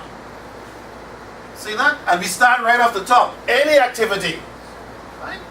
The benefits and opportunities should be viewed what? Not just in terms of the activity, but what? Who is affected? Boy, that's serious. Wow. Not just the paperwork in the process, but if you're in charge of risk management, you have to say, who is going to be impacted by what I do? Sick. If I don't ensure this house burns down and my children are in the street, that's kind of stuff. If I don't do due diligence in my firm, then my clients are going to lose and money. And in the case of Enron, all of it. Now folks, imagine for a minute. You worked at Enron for 40 years. Every month, your little 5% of pension or 7 or 10, whatever the hell that is, that works. Let's say that's $300 a month times 12. How much is that? 3,600 times 40 years. How much is that? Yeah, let's just see what it looks like. Doggone risk. 144,000. Okay, that's the Bible number, by the way. That's interesting. 144,000 or something. 144,000 that you had sitting there waiting to retire with. So you can skip the hell on that until you drop dead. I'm what? Then, That's not interest though. So, I know. yeah. Yeah, plus interest, which is less than 40 1%. years, that's, yeah. Well, back in those days it was something. But now, it's nothing anymore. Well, okay, let's work with that number. Let's add an And that's interest. yours, Let's- that's plenty. Yeah, let's be fair. Plus thing of interest. Let's call it 200,000. Okay, doggone it. Then suddenly you wake up one day and your company goes under because of these tangible and intangible risks that were not considered because of greed. These guys did not consider who? The stakeholders. Because had they considered the stakeholders, the crap they did, they would not have done. Not really. Tens of hundreds of employees lost not some. They didn't get 10 cents on the dollar on that risk issue. They lost everything. They didn't even have $10,000 to carry home. Because these guys did not consider them. Who did they consider? Themselves.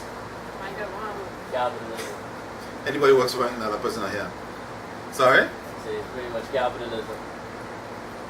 Looking Well, out for yourself and just looking out for the yeah, benefit well, of the company. I'll tell you a little secret about capitalism. That is one of the unfortunate aspects of capitalism. However, that doesn't mean that communism is any better. Do they really share everything equally in communist countries? Really? Not really. Not at all. You'll be surprised at the level of corruption in a communist state where everything belongs to everyone, they say. You can't own any property, it's the property of the state. We all own it. Whatever the hell that means. Now, if you want to build a cottage on it, feel free. And we'll tell you what kind of cottage Not big. and how big What color? and what color. They're definitely not considering any stakeholders there. The point I'm making is risk is everywhere and nothing is what it seems to be. Now, folks, whether you believe it or not, while we discuss risk management in terms of tangible and intangible, that's crucial. That's like, if you're building a house, that's like the foundation. But that's not the only thing that's hanging around the foundation. These two words hang around risk management all the time. I like to put it like this: the positive aspects and the negative. If you're in charge of any risk, should you consider both? Yes, you should. Look at the example that is given. Okay? In the safety field, notice, consequences are considered to be only negative if you have the responsibility for safety. Why? Your responsibility is for safety. That means that the risk is consequences. Why? Because if you're responsible for safety and something happens, more than likely that something is going to be what? Negative. In other words, if your job is to make sure that the roller coaster never opens the door or something, or never flies the hell off the thing, would it be appropriate for me to say, well, it only happened once? No. And once is enough. Once is too much. Not even enough. Kids drowning or something. Yes. Well, 20 went under, but only one died. Thank you, Jesus. Well, I mean, that's better than 20 drowning, but still. None of it's my one. Yeah. If you're responsible for safety, yes. If somebody's responsible for safety, that one is a problem. Yeah. And that's kind of how you have to think about the risk issue. It's not just one-dimensional. It depends on the type of risk you're responsible for, and we always need to be considering both sides of the fence. Spooky as hell. Okay? So what is it? It should be at the top of the organizational's what? What is the strategy? Or what is strategic management, you think? Period. What is it, you think, in practice? Like when you see guys and chicks in suits and we're looking into the strategic management of the firm. What should they be talking about? I say should, because they're not really always doing it. But based on the term, what should they be discussing? Strategic. Long term. Yes. Like for example, when the Minister of Tourism is discussing strategy for the Bahamas tourist industry, which is our #1 industry, he can't be discussing about what Junkanoo is going to be next year. That's okay. But that's short term, isn't it? He needs to be looking way down into the future to see what Bahamas we're going to create to not only get 5 million tourists in, but 5 million plus. And that's the positive side. He also has to consider that other side, which is the what? Negative. And that is, if we don't get our act together and keep it together, then we might start what? Losing some of the 5 mil. Can we afford that? No. Remember 9/11 when those guys flew into the bloody thing? The whole world stopped. And at some point when you went in the food store, you couldn't find the stuff you normally saw because the whole world stopped. A failure in tourism for us would be something like that, like flying into the tower. Because when I listen to those guys at BEC who say they spend $40 million a month for power, oil, month I say, not year. These are not B dollars, are they? We don't buy this bloody oil from Andros. And you all dare to come into a risk class? Well, Andros, that's not B dollars. That's what? US dollars. Which means if those bloody tourists don't land on Bahamas or whatever, then we're not going to have our share of US dollars. Do you know what it means? What is that tangible or intangible risk? Well, some people might say both. Both. But it's more intangible, right? Because tourism is not. We say it's a product, but it's a what? More so than it is a product. Okay? And because it's a service, it's a very fickle service, isn't it? You mess with that and next thing you know, you don't see Carnation cream no more. Why? Because we don't have the foreign currency to buy it. Because the central bank has put restrictions on the amount of foreign currency because we don't have enough because we need it for the light. Therefore, Mr. Tingham, who owns all the food stores in Bahamas, he can't import no cream until more tourists come. What a sec. Talk about risk. See? Talk about the negative aspects of it. Talk about strategic planning of risk. Man, you need to look down like this. I guess that's what my baby meant when he said, Daddy, are you going to have any money left? This dude was actually planning strategically. He didn't give a damn about what he was going to have for dinner that day. He assumed the dinner that day was covered. Yeah, he was looking like this. Looking at the road. Absolutely. And that's what firms ought to be doing. And groups and people and whatever. And especially persons who are directly responsible for risk management. So if you are the head of your home one day, Mr. Credit Suisse, while everybody's sleeping, you can't sleep. Get the hell up and start planning what? Got that Why are right. you scared of this young man? I know. It's not intelligent. Yeah, I'm telling you.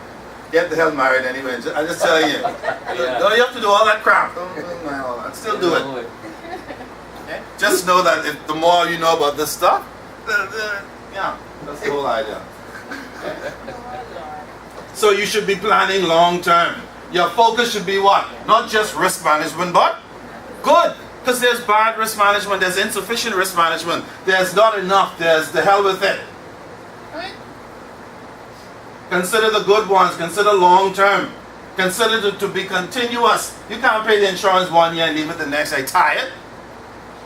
No, it doesn't work that way. I tired. Risk management is ongoing, never ending. And it's more than talk, it's about what? Because we know we have some people who talk about stuff like this. But talk is still cheap. And the proof is still where? In the pudding. That's what it's all about. Wow. Doesn't end there. You figure like after all that crap, you can just go home, grab a thing and go. But risk isn't that simple. Hell no.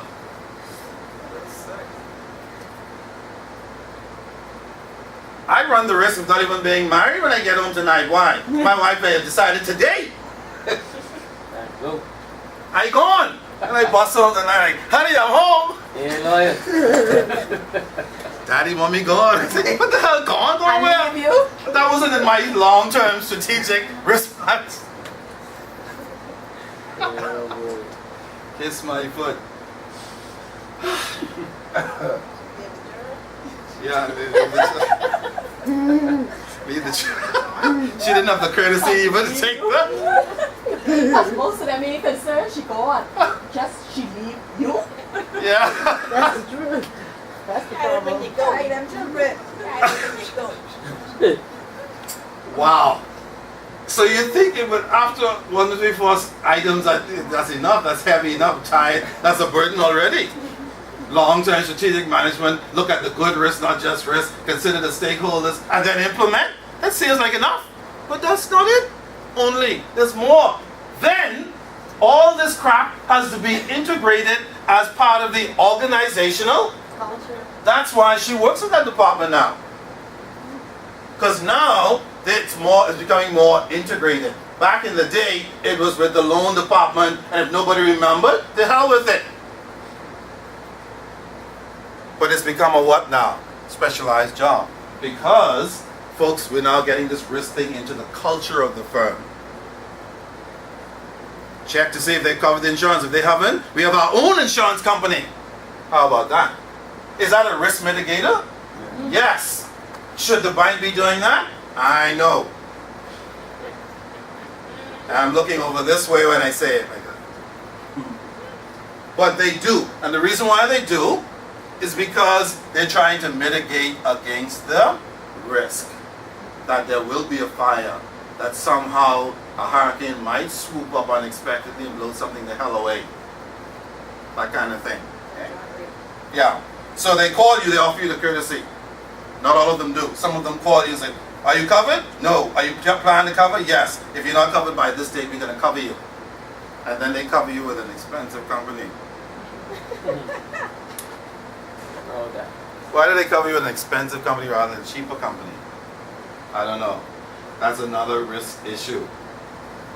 But of course, had I been in the organization, that's why I get all that. I'd be in the office like, excuse me, shouldn't we get the best rate for our clients, see? Because I'm figuring I'm working in the best interest of our client, not knowing that my management people, they're conspiring against me. What the hell's wrong with this guy? Doesn't he know we're in this business to make money? How the hell he can be in the client's interest? Who gives it? About them. But that's what the culture is all about. Okay? Culture. All right. Notice the risk management program should be led by whom? Senior management. Not middle. Not the people down in her department. What the hell you could say she got that? And she is not senior management? Huh? Yeah. That's like these guys. Okay? But trust me, a lot of these guys are not doing their jobs. And when something happens, they start looking down the line. How the hell they can be looking down the line? If you can't look down, you need to look across at each other. Because it's your job as senior management to make sure that these things are in place. Okay. So what creates this risk for you? Well, a bunch of external issues. Most of them you've probably seen. Just know that they surround you everywhere you go like a halo. Remember, risk management is not just for organizations. We saw that. It's for individuals, churches, the other thing and the other thing. So you have to be thinking about the big picture. It's just like credit. Okay? When I teach credit to my students, I tell them, when you think about credit, don't think about Tingham Bank. Banks are not the only places giving credit anymore, are they? Who else gives credit? Insurance companies now. Anyone else? Credit unions. Anyone else? Number houses. Okay, anything that requires special recognition. Number. Because that's the big thing now. Where you go? Now, some folks, you want me to tell you a secret? 3 sessions is not nearly enough to talk about risk. We could talk about risk until thy kingdom come and thy will be done. Because notice, with all that crap sitting there, watch how am I going to digress again. Are these number houses a risk to us? Yes. Never mind the 40 million the government's 14A. Well, of course it's 40 now, it's 14. Can't see anybody out there listening. Next thing you know, like 14? Oh, I'm on camera, I'm on the sick. Anyway, it's public information. Never mind the 40 mil or whatever that we say we're gonna get. There's also talk that Uncle Sam is not happy about these things. Because these things have money from sources other than yours gambling money. And they're concerned about that. Because now this money has to be deposited somewhere. And under fund. Wow. Wow. For example, Don't worry, Bank of Office. the bank. Yes, Bob is there. Never fear, Bob is there. But it does create risk for us, doesn't it? Which risk it is? Tangible and intangible? Intangible. Called what? Reputational. Do we want to piss off Uncle Sam? Why? Why do we want to piss off? We're not self-sufficient. The hand that feeds. Yes, it is the hand. Do we get that, you think? No. Can we say, we're a sovereign nation, to hell with you, I don't care if you're the hand that feeds me. I'll take the risk? No. No, we have to be very careful with that.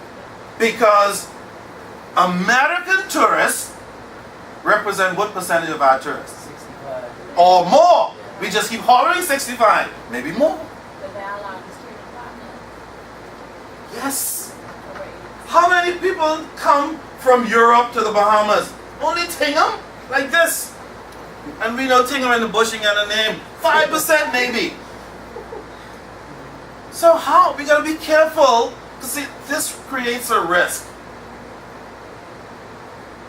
Now I hear certain people saying that we are going to take all the steps necessary to satisfy Uncle Sam so that they'll know that only legitimate money will go into How do you Tingham. know that? It's too late. But how could you resolve it? It's going to happen if they legalize it or not. Right or wrong? True, but we don't want to play with it.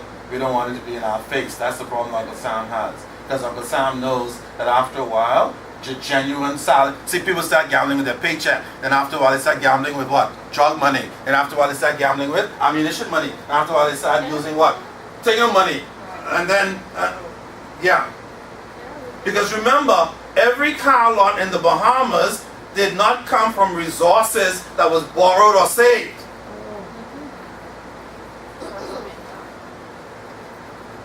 There are all kinds of ways to launder money.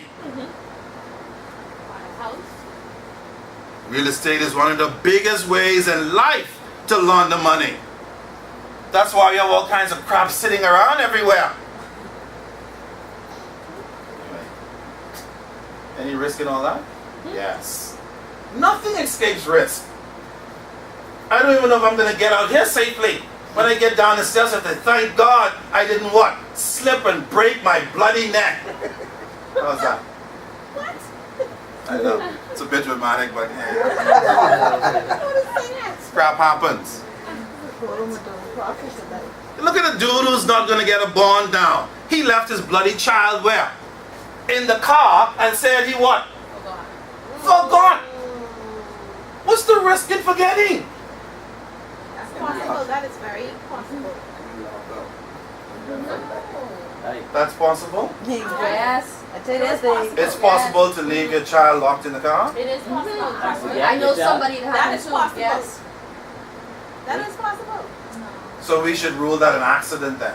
That was an A accident. bloody accident. I think so. I'm not saying it's an accident, There but you it go. happens. It's negligence. The child didn't They die, put the right? child in the car.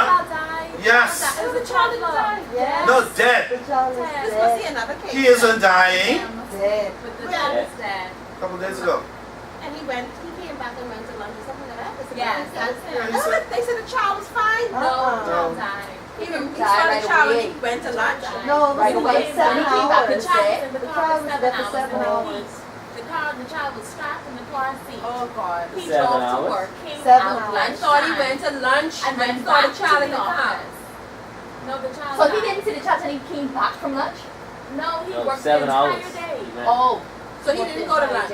He did. They said he went out to lunch. The child was still in the vehicle. And he still didn't recognize the child. I thought he saw the child in the car. No. And then he went back to work. I know one thing he won't forget That child again. was there. No, No. he didn't know that. He didn't know that. In one of the southern states. I want to say Well, You didn't do it intentionally? So that chick who drove in the water with her children didn't do it either? The chick who drowned the children didn't do it No, either? that's different. That's different. If you have a How routine, did the child if you have a in the car? routine, for Strap example. the child in the car seat. Yeah, but drive listen to to this. work. Leave the car. Listen to this. Especially You have if a you ain't routine, the right? mom, the Yeah. person who who normally does I drop may be the off. person that normally does drop That's off. right. Right. Okay? Because I trying to get to work before 9:05, like you Right, said. so everybody look I at me. drive past the nursery. How the hell the baby get in this The car? baby, So my wife put the You- baby yeah, you in the put the car. baby But I'm telling I you, didn't even put the baby in the car. yeah, that happened to a couple of And people I it know. ain't no. And that baby Sometimes was I sitting look for back me. in my own And time. my What mind you on doing that boss. He Who went just carry on like no, an he idiot? went out. He Anything went is out possible. at lunchtime. Yeah, but and you noticed the baby in He the checked car. on. They said he checked on the child. And he then knew the child was there. He knew the child was there. Apparently so. You gotta I go to believe jail, that. man. You But gotta if go he to knew the jail. child was He turned the car into a house, Even if you know you daycare center. Don't forget, So, don't so forget, why you you gotta not go drop to jail. that child somewhere? Nobody knows yet. That'll come up at the trial. And even if he forgot, there must be a penalty for forgetting. Yes. Because see, if I'm hungry and I teeth bread, you can lock me up. You can say, to hell with you that you're hungry. Thank you. Go beg. But now that you've stolen, get the hell to prison. I don't care if you're hungry. Wouldn't they do that to me? Yes. And then you say, Mr. Wilkinson teeth. Y'all ain't saying something. He lied. He wasn't hungry. They ain't saying All they did was ask me even. yeah, the story shit. If I knew he was hungry, I'd flicking give him something to eat. So yeah, even though you forget, there still has to be a Yes. penalty. Yeah. Some homicidal nacimiento negligence, child negligence. Come up with something. And if you know of anything, hold him and pass a law. Quick! Right. So that others who might... He thought that child lived when I heard the story. He came home lunchtime and the child was okay. Maybe the child was alive lunchtime. So he said, man, this is great. I don't need to drive to no daycare center. Take the Let it child go. A lot of to the interstates, office. they really don't have anywhere to keep their kids, and childcare is expensive. Then call in sick. When you sold off, If then you you call could it call a it sick, you might get fired. Better to get fired than that. And then be in jail. Yes, or to have the death of your child on your conscience. How old the baby was? A baby. 2 or 3. That's sick. And ain't nobody who park next to him see the baby. Be in the parking lot and the People don't see you when they walk past you in that place. And they have tents. Okay, they're like this. Nothing. You say morning, they look at you suspicious. What the hell is... They didn't even answer. But you have to know. That's the way you have to be on the I know, job. so there you go. So who's checking for your infant? The hell with that. They ain't really checking for the infant, but they like to call 911 on you. True. They see that baby, they don't Yeah. See that Hey, baby in the somebody parking might lot. try. No, they didn't see it. If somebody saw the baby, they would have reported it. They would report Or it. even broke the glass and take the baby out. And either report the baby or run somewhere and keep it forever. Depending on who saw it. There's risk everywhere. The risk that somebody would see it and report it and take it to the police station, or the risk that somebody would see the baby, break the glass and take the baby and go to another state. No, Because they're running off baby of children in the when? basement. Every minute? Baby in the basement. Yeah, what about the dude in... It's another story. Oh my God. All these are risk issues that are not even here. This is the fancy financial risk stuff. But we already know risk is everywhere. So so you guys who are in your firm, let's do this. You are in the firm. What are your outside risks? External. Well, first of all, you have financial, strategic, operational hazard risks. 4 categories. Financial risk, we know, has to do with interest rates either going up too high or going down too. Oh, that's sick. In the Bahamas, which one are we? Too high. Depends what you're talking about. Mortgage Yeah, rates too that's high and consumer loans too high, savings and so on, Ones CDs with too most low. of us have a too high, Yes. because much of us don't have savings. No. That's the irony of it all. 80%. Typical mortgage loan, 8 to 10%. Typical consumer loan, 10 to 16%. A typical interest on savings and CD, less than 1%. Typical spread, humongous. And they're still taking $200, they tell me, $2 if your savings account is less than, $500. despite this. Anyhow, that's another matter. Is that risk or is that? Yeah, who said taken?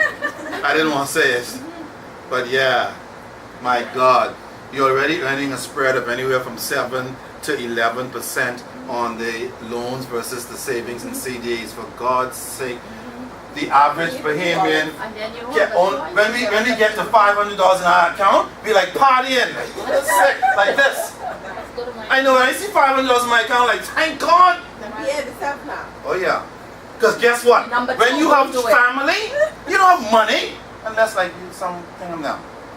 Rent and everything on the teeth with your body thing and all that. But if you're a regular person, when your family don't have no money, you only have money transitory. That's true. In and out. When I told my sons the other day that I knew where my money was going from, I got my first paycheck to now, and it went everywhere except my wallet, they were flabbergasted. Said, Daddy, what do you mean? They didn't understand what I meant. Until they discovered that they were the problem. And then they finally came to me, give me a big hug. Said, Daddy, you must really love us. This may well have some consolation. And my baby said, Daddy, if you didn't love us, you would be rich, wouldn't you? I said, no, I would be bloody, filthy rich.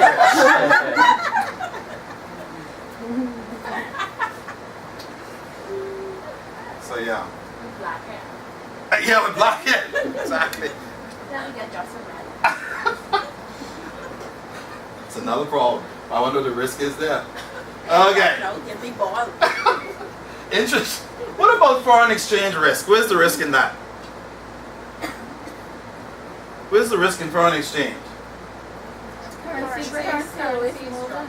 Yeah, currencies are always changing. If you don't hedge or get a forward contract or whatever it is, you might do some business today and next week or a month or 6 months from now, you might lose money on that deal because the foreign currency has either gone up or down on you. Of course, you can benefit as well if it goes the other way. Just depends. The point is there's risk and you have to take steps to mitigate. What about credit risk? If you're a lender, what is your risk? Of course, if you work in delinquency, you know what the risk is, that people will not pay. And remember, that money that you gave credit for, that you loaned out, is not the bank's money. Whose money is that? The client, the depositor's money.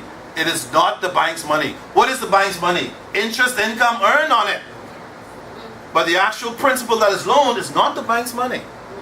That's why they run you into hell and back. And they even have a department called, what is it again? I know? Centralized material collections. Yeah, Special credit. that one. Taking your host apartment. Yeah, taking your house department in a hurry. What about taking your house in a hurry? What about strategic risks? Why is competition a strategy risk? Remember, strategy is what? Sometimes it's medium term too. Medium to long term. Why is competition an issue for business? Yeah, folks, you have to always be worried about competition. Because competition can make you or break you. Open up right next to you. Right next to you. Offer the products at a lower price. And price you out of the market. And even if they're not offering lower prices, they offer something else. Prettier girls. Better service. Dog. Yeah. No dudes. Or all dudes. Just depends on the what? Nature of the business, yeah. The BlackBerry friends up. Yeah. BlackBerry. Where's BlackBerry nowadays? Died a horrific death. Replaced by? Samsung. Yeah. That's something that BlackBerry is in. No. My wife still has a old one she's hanging on to, and every day she says, honey, I know what's coming next. What's coming next? I need, not just a new phone, I need to change this BlackBerry. Because she's now trying to get me to buy what? What this crap called? Something G. Or Samsung or something. S4. Yeah, yeah.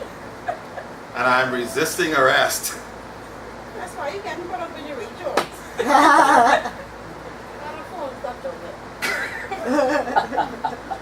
Live and learn, Mr. Crab. Yeah. I taking notes. Alright, good thing you get this risk management crap. Okay, so competition is a big problem. You have to always mitigate against your risk by knowing what your competition is doing. Okay? Always. Customer changes. Boy, If you're keeping track of your customer base and you start to see it going down, should that concern you? It better concern you. Better find out why. Industry changes? Wow.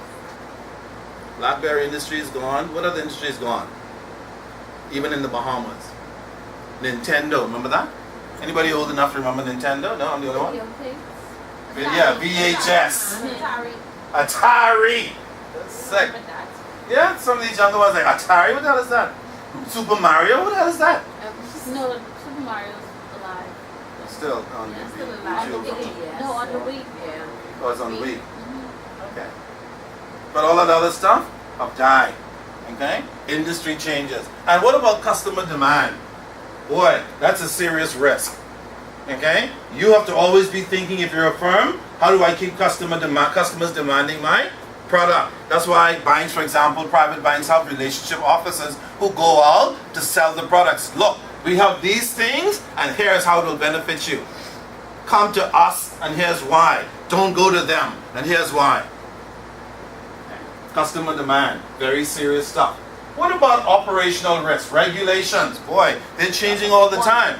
What's the most recent regulation that's going to beat us to death? The F word. Wow. Ah, boy. And right on the heels of the F word is the V word. Damn. I don't have no space anymore. VAT. There's the risk in that. You have to wait and see. What? Who gives a VAT? What? Come in. Just when we were saying who gives a FATCA, now I was like, who gives a VAT? Risk is everywhere. Culture is a problem. Why? Where's the problem in culture? Isn't culture in the junk, you know? Being able to mix the culture? Yeah, being able to gel the organizational environment. Because remember, organizations are not plain vanilla anymore. There are a lot more women in the workforce, a lot less men, a lot more non-Bahamians in the case of the Bahamas, a lot more people from all over the world in the case of the all over the world. Anybody visited the US lately? Everywhere you go, there are people from everywhere. Even the Bahamas now. I see people from all over the Bahamas walking by East Street. I never walk by East Street. I saw a Malaysian walking here like this. What the hell? You sure I was a Malaysian? I saw a Malaysian hair. Me, no more. That's my point. Yeah, Malaysian. Malaysian hair. But so we're becoming a melting pot right here. We don't have to go to higher layer anymore, or somewhere. Culture. In 10 years, where you work is going to have so many diverse culture issues going on. It's going to create risks that you never even anticipated. And what's going to make it more difficult is people are intermarrying more. See, inter. So back in the days, they might go in my Bahamian gown or husband. Can't say that no more. Smith said people hurt. So you think Bahamians are the only one? Because their husband or wife is someone from somewhere else? Because these are all cultural issues that create what? Operational risks even. Anyway, like I said, we could spend several months talking about risk issues, which we don't have. The composition of the company board, where's the risk in that? If the board is made up of corrupt people, we know what's going to happen. Mr. Enron, Mr. WorldCom, Mr. Maddox, Miss, all these are misters though. Chicks don't take that. Chicks take. They don't get catch. Dudes take and we start splurging on chicks. Yeah. Chicks take stuff and they hide as iron, nothing broke. Reminds me when I was small, my mom used to have like a couple bucks tucked in the purse, because you know in those days when you get your little 2 pounds and whatever crap they got. I don't know how she made that work. Anyway, tucked away for this is for that, that's for that. Mommy, can I have $1 or something? She says, no, I'm broke. This is me. You have money, mommy. She says, I know you see money, but I don't have it. And I didn't understand that until I grew up. And I put my wallet on the table like this. So who's got a wallet? My son. Daddy, can I have $5? I said, I'm broke. He like this. But you have money, Daddy? I'm like, no. That has already been earmarked for whatever. So it's the same kind of thing. So if your board is corrupt, then your organization is going to suffer. We've seen that already. But if your board is interested in looking after risk issues and mitigating against those issues and blah, blah, blah, then we know what will happen. They start sending what? Policy issues down the line.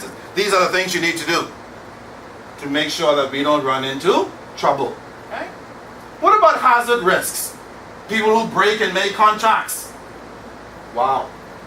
Natural events like Hurricane Arthur. What does BCP mean? Yeah, business continuity planning. Does your organization have a system somewhere where if something gets blown away, you still have the information to go back to work tomorrow?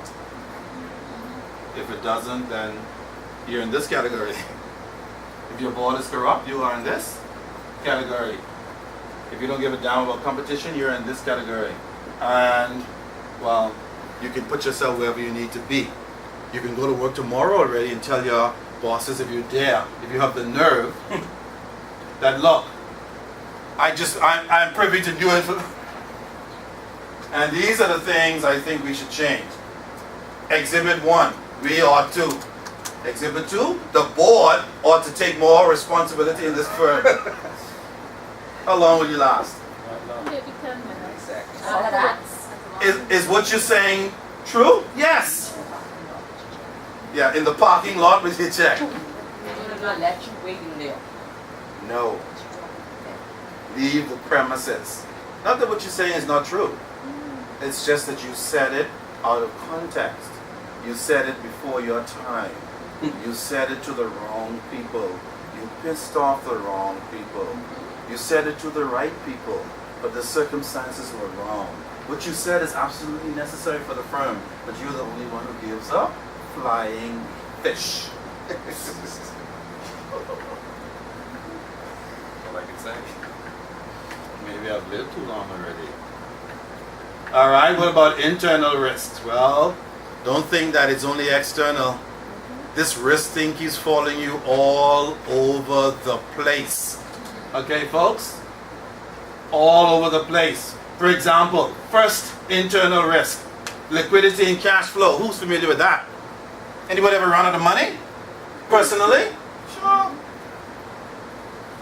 It's like companies run out of money all the time. They need more overdraft money. They need more capital infusion. They don't have enough cash flow to pay their bills. They are illiquid. They need money. I was just talking to a gentleman the other day, came for some advice because he knows that I'm this and this. So he says, maybe you have an answer for me. I said, do you have money to pay a fee? Well, not really. So you wanted a what? What kind of service?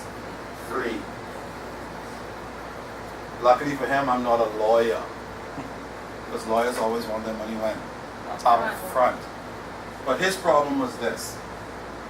He had, and this is kind of a case study question. And I didn't say case study by accident. That's just a word to the wise, okay? How about that? This guy had assets of about $500,000 in real estate. This guy was in business for 20 years with the same spouse, RB, well, I get rid, no names, RBC. This guy ran into an environmental problem like this, a hazard risk that so many people ran into post 2008. Yes. She's on traders, they know. That year is etched in traders' minds and other people in finance and so on. That's when all hell broke loose in the finance world. He was one of them, like so many other companies in the Bahamas and around the world. He ran out of liquidity and cash flow. Now you can debate it like, why? You should have planned better. You shut up. Thief something from someone, whatever. The point is, many people suffered post 2008. The good, the bad, and the Ugly. yes. So he needs a lousy $15,000. But I'm not that thing yet. Maybe after my son graduates and all that, in 7 years, some students like that. I don't know. I'll see what happens. He already asked him how many money left. That means he has a premonition. That's only part A of the question. Exactly. There is another part. And I was thrilled that he didn't ask me both parts the same day. $15,000. We're talking about a banking system that is so liquid, correct? It's risky. How's that? It is risky to be as liquid as banks are in the Bahamas. That means they are not lending what? Nearly enough.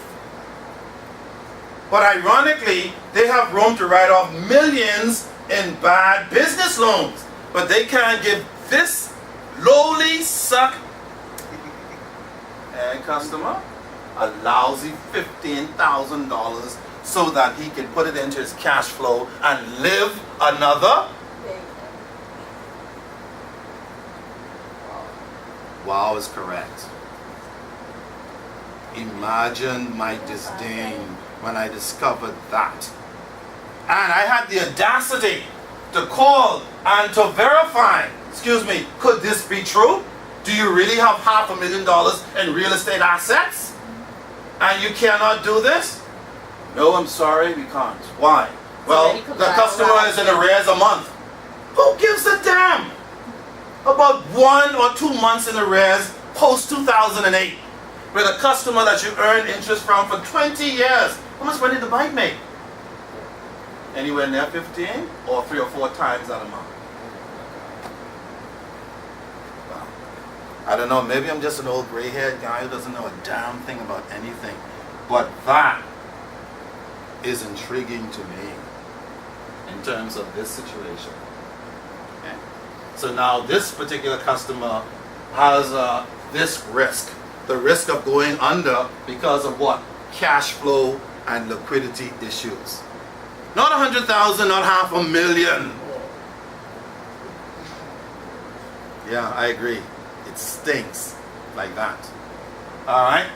And then there are a host of other problems that you can encounter internally. If you are a firm and you're not doing this, eventually you're going to go under. Because you need to find products that can keep you where? Above water. That's why we have what? The 3G, 4G, 7G, Samsung 2, 3, Samsung Senior, Junior, whatever the hell it is. These people are doing this to keep their companies where? On top of the game and certainly afloat. Okay? Whoever's making Blackberries, where are they? Or dead. Dying or dead. Okay? For sure. Without accounting controls, what's going to happen? Loss. Yes. Dying or dead. Reputation gone. Pension gone. This gone. That gone. And some people running off with their pockets full, but only a small little group. While the rest drowns. What about information systems? Where's the risk in that? If you don't have BCP on your information system, you have a problem if something happens. If you don't have stuff backed up, you have a problem. If your backup material is outdated, you have a problem. These are all risk issues. Recruitment. If you don't recruit the right people, where's the risk in that? Let's say turnover, risk, and lack of productivity, low productivity, non-performing people, and so on. Wow. And the list, as you can see, goes on and on and on. Wow. Okay. What time is it, by the way? What time are we supposed to leave anyway? Right now. 7 minutes. Oh. Entertain, go. That sounds familiar. Did I say that? 7 minutes? Okay. In 7 minutes, if I'm still talking, shake something. Because I might just keep going and then we have to go. Alright? What are these numbers? 1, 2, 3, 4, 5, 7, 9, 10. What are they? What are they talking about?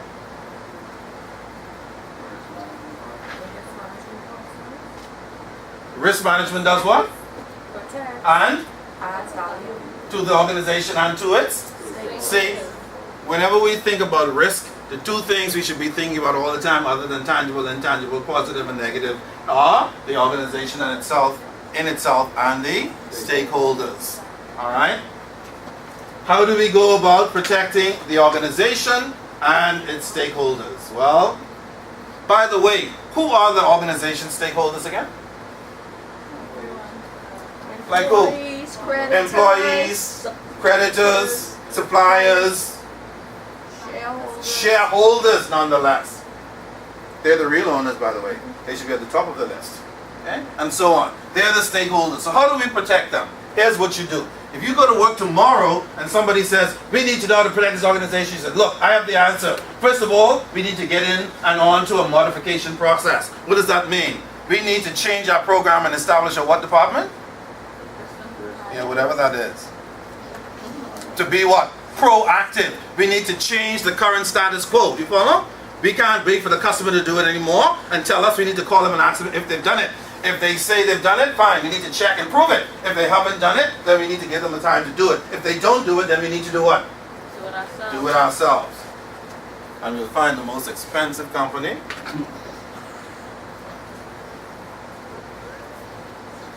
For their negligence. How's that?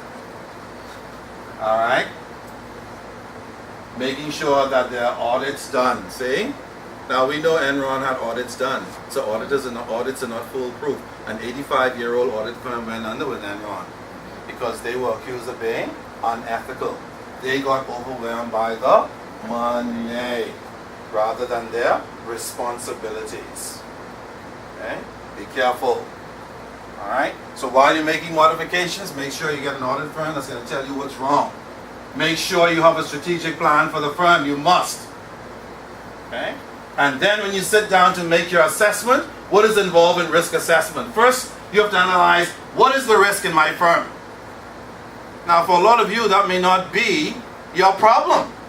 Because remember, the problem for risk management begins where again? Yes, not with you guys, unless you are senior management. Now, you might be executing some of this stuff, the policy, but that's not your responsibility to analyze, identify, describe, and all this stuff. Unless, of course, you finally thrust into an area and say, do it. Then you can say, no, this thing is a good thing I did this CFP thing. That. By the way, is your firm paying for your course? Anybody? Company still paying? Portion, yeah. A piece of it. Things have changed. Okay? But that's okay. Do it anyway. The other thing companies don't do a lot is to evaluate their risk. A lot of them are changing, but a lot of them are not doing it. Okay? I walked into a firm a couple of weeks ago to look at a situation. The first thing I said, is this building insured? They said, hold on, let me see. What the hell does hold on, let me see mean? No. That means no. And when they saw that it was no. So I had another question just to kind of wake them up a little bit. And if it burns down, oh, we'll do it tomorrow. Okay? That's what evaluation's about. Looking at the whole situation and making sure that stuff is covered. Okay? Look at what's threatening your firm. Look at what opportunities there. What decisions you need to make about the risk in your firm. How do you treat it? And you should write it down. Well, that's another thing. Everything is in somebody's head. Anybody knows about that? Where's the report on this? I don't know. Susie has it. Susie, do you have the report? Yes. Where? In my head. Can you write it out, Susie? When I feel like it. Or no. Or soon. How's that? And the answer depends on who asks it. Because if you're a low little suck egg that they don't care about it, what the hell are you asking me? I'm Susan, it's in my head. What else do you need to know? Exactly. And that's the kind of question I would ask, and then I don't get any increase that year, no whatever. Because I would ask questions like that back in the day. And if you die, Susan? And they'd be looking back at me like, aren't you 20-something? That's how it was. And the tone was, shut the hell up, Mr. Wilkinson. So be careful. And we'll stop on this point. We're not done, but we'll stop here.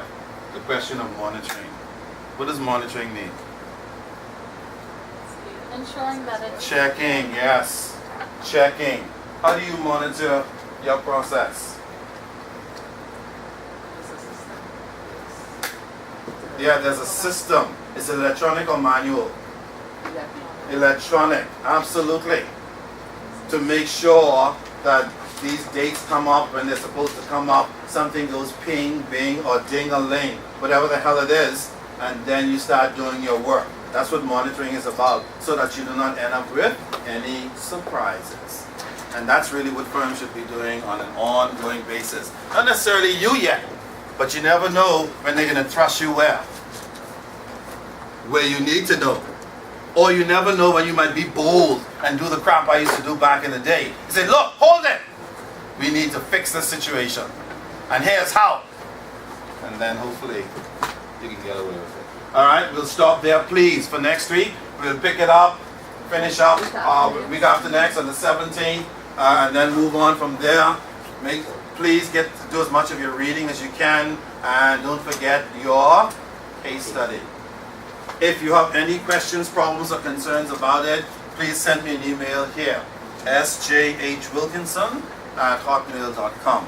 Feel free to do that. Or if you want to call me, you can call me at work. Not a problem. All right, thank you very much, and enjoy your vacation next week, and I'll see you on the 17th. It's been wonderful. Take care. And remember, there's risk. Walking down the stairs. Yes, be careful walking down the steps. I won't take any liability if you slip. Hi.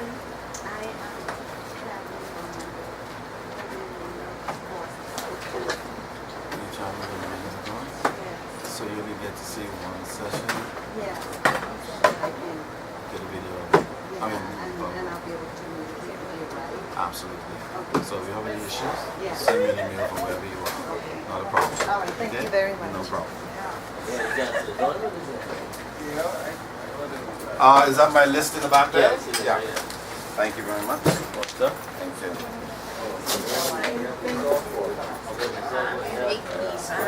Yeah, that's Ah, that word. Yes.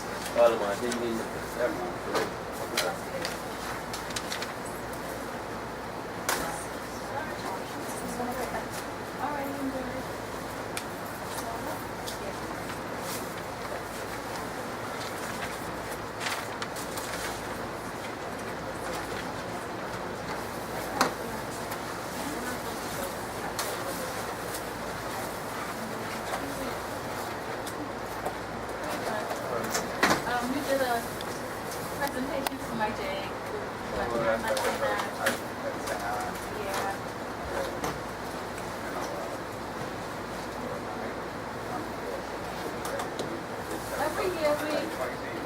Yeah. Every year we have now, so.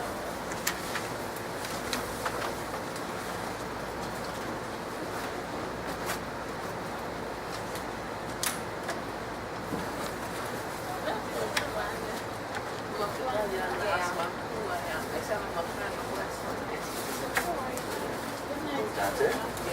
Really? Yeah, he told me that his daddy still learning who my family are. I need to go out and see everybody. I'm like, that's true. So I'll bring him up today. Okay? I will certainly do that, Bria. Okay. Okay. Yes, sir. Pleasure. No problem. See you next time. Interesting class. Thank you very much. Take care.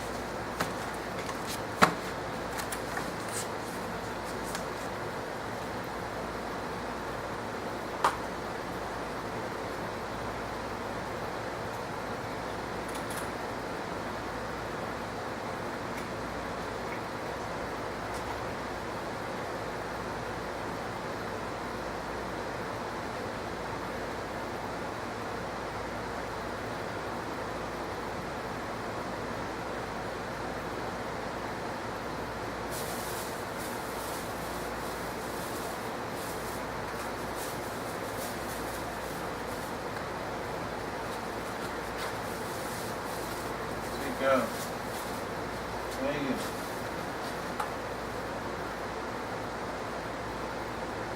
Jeez, okie dokie.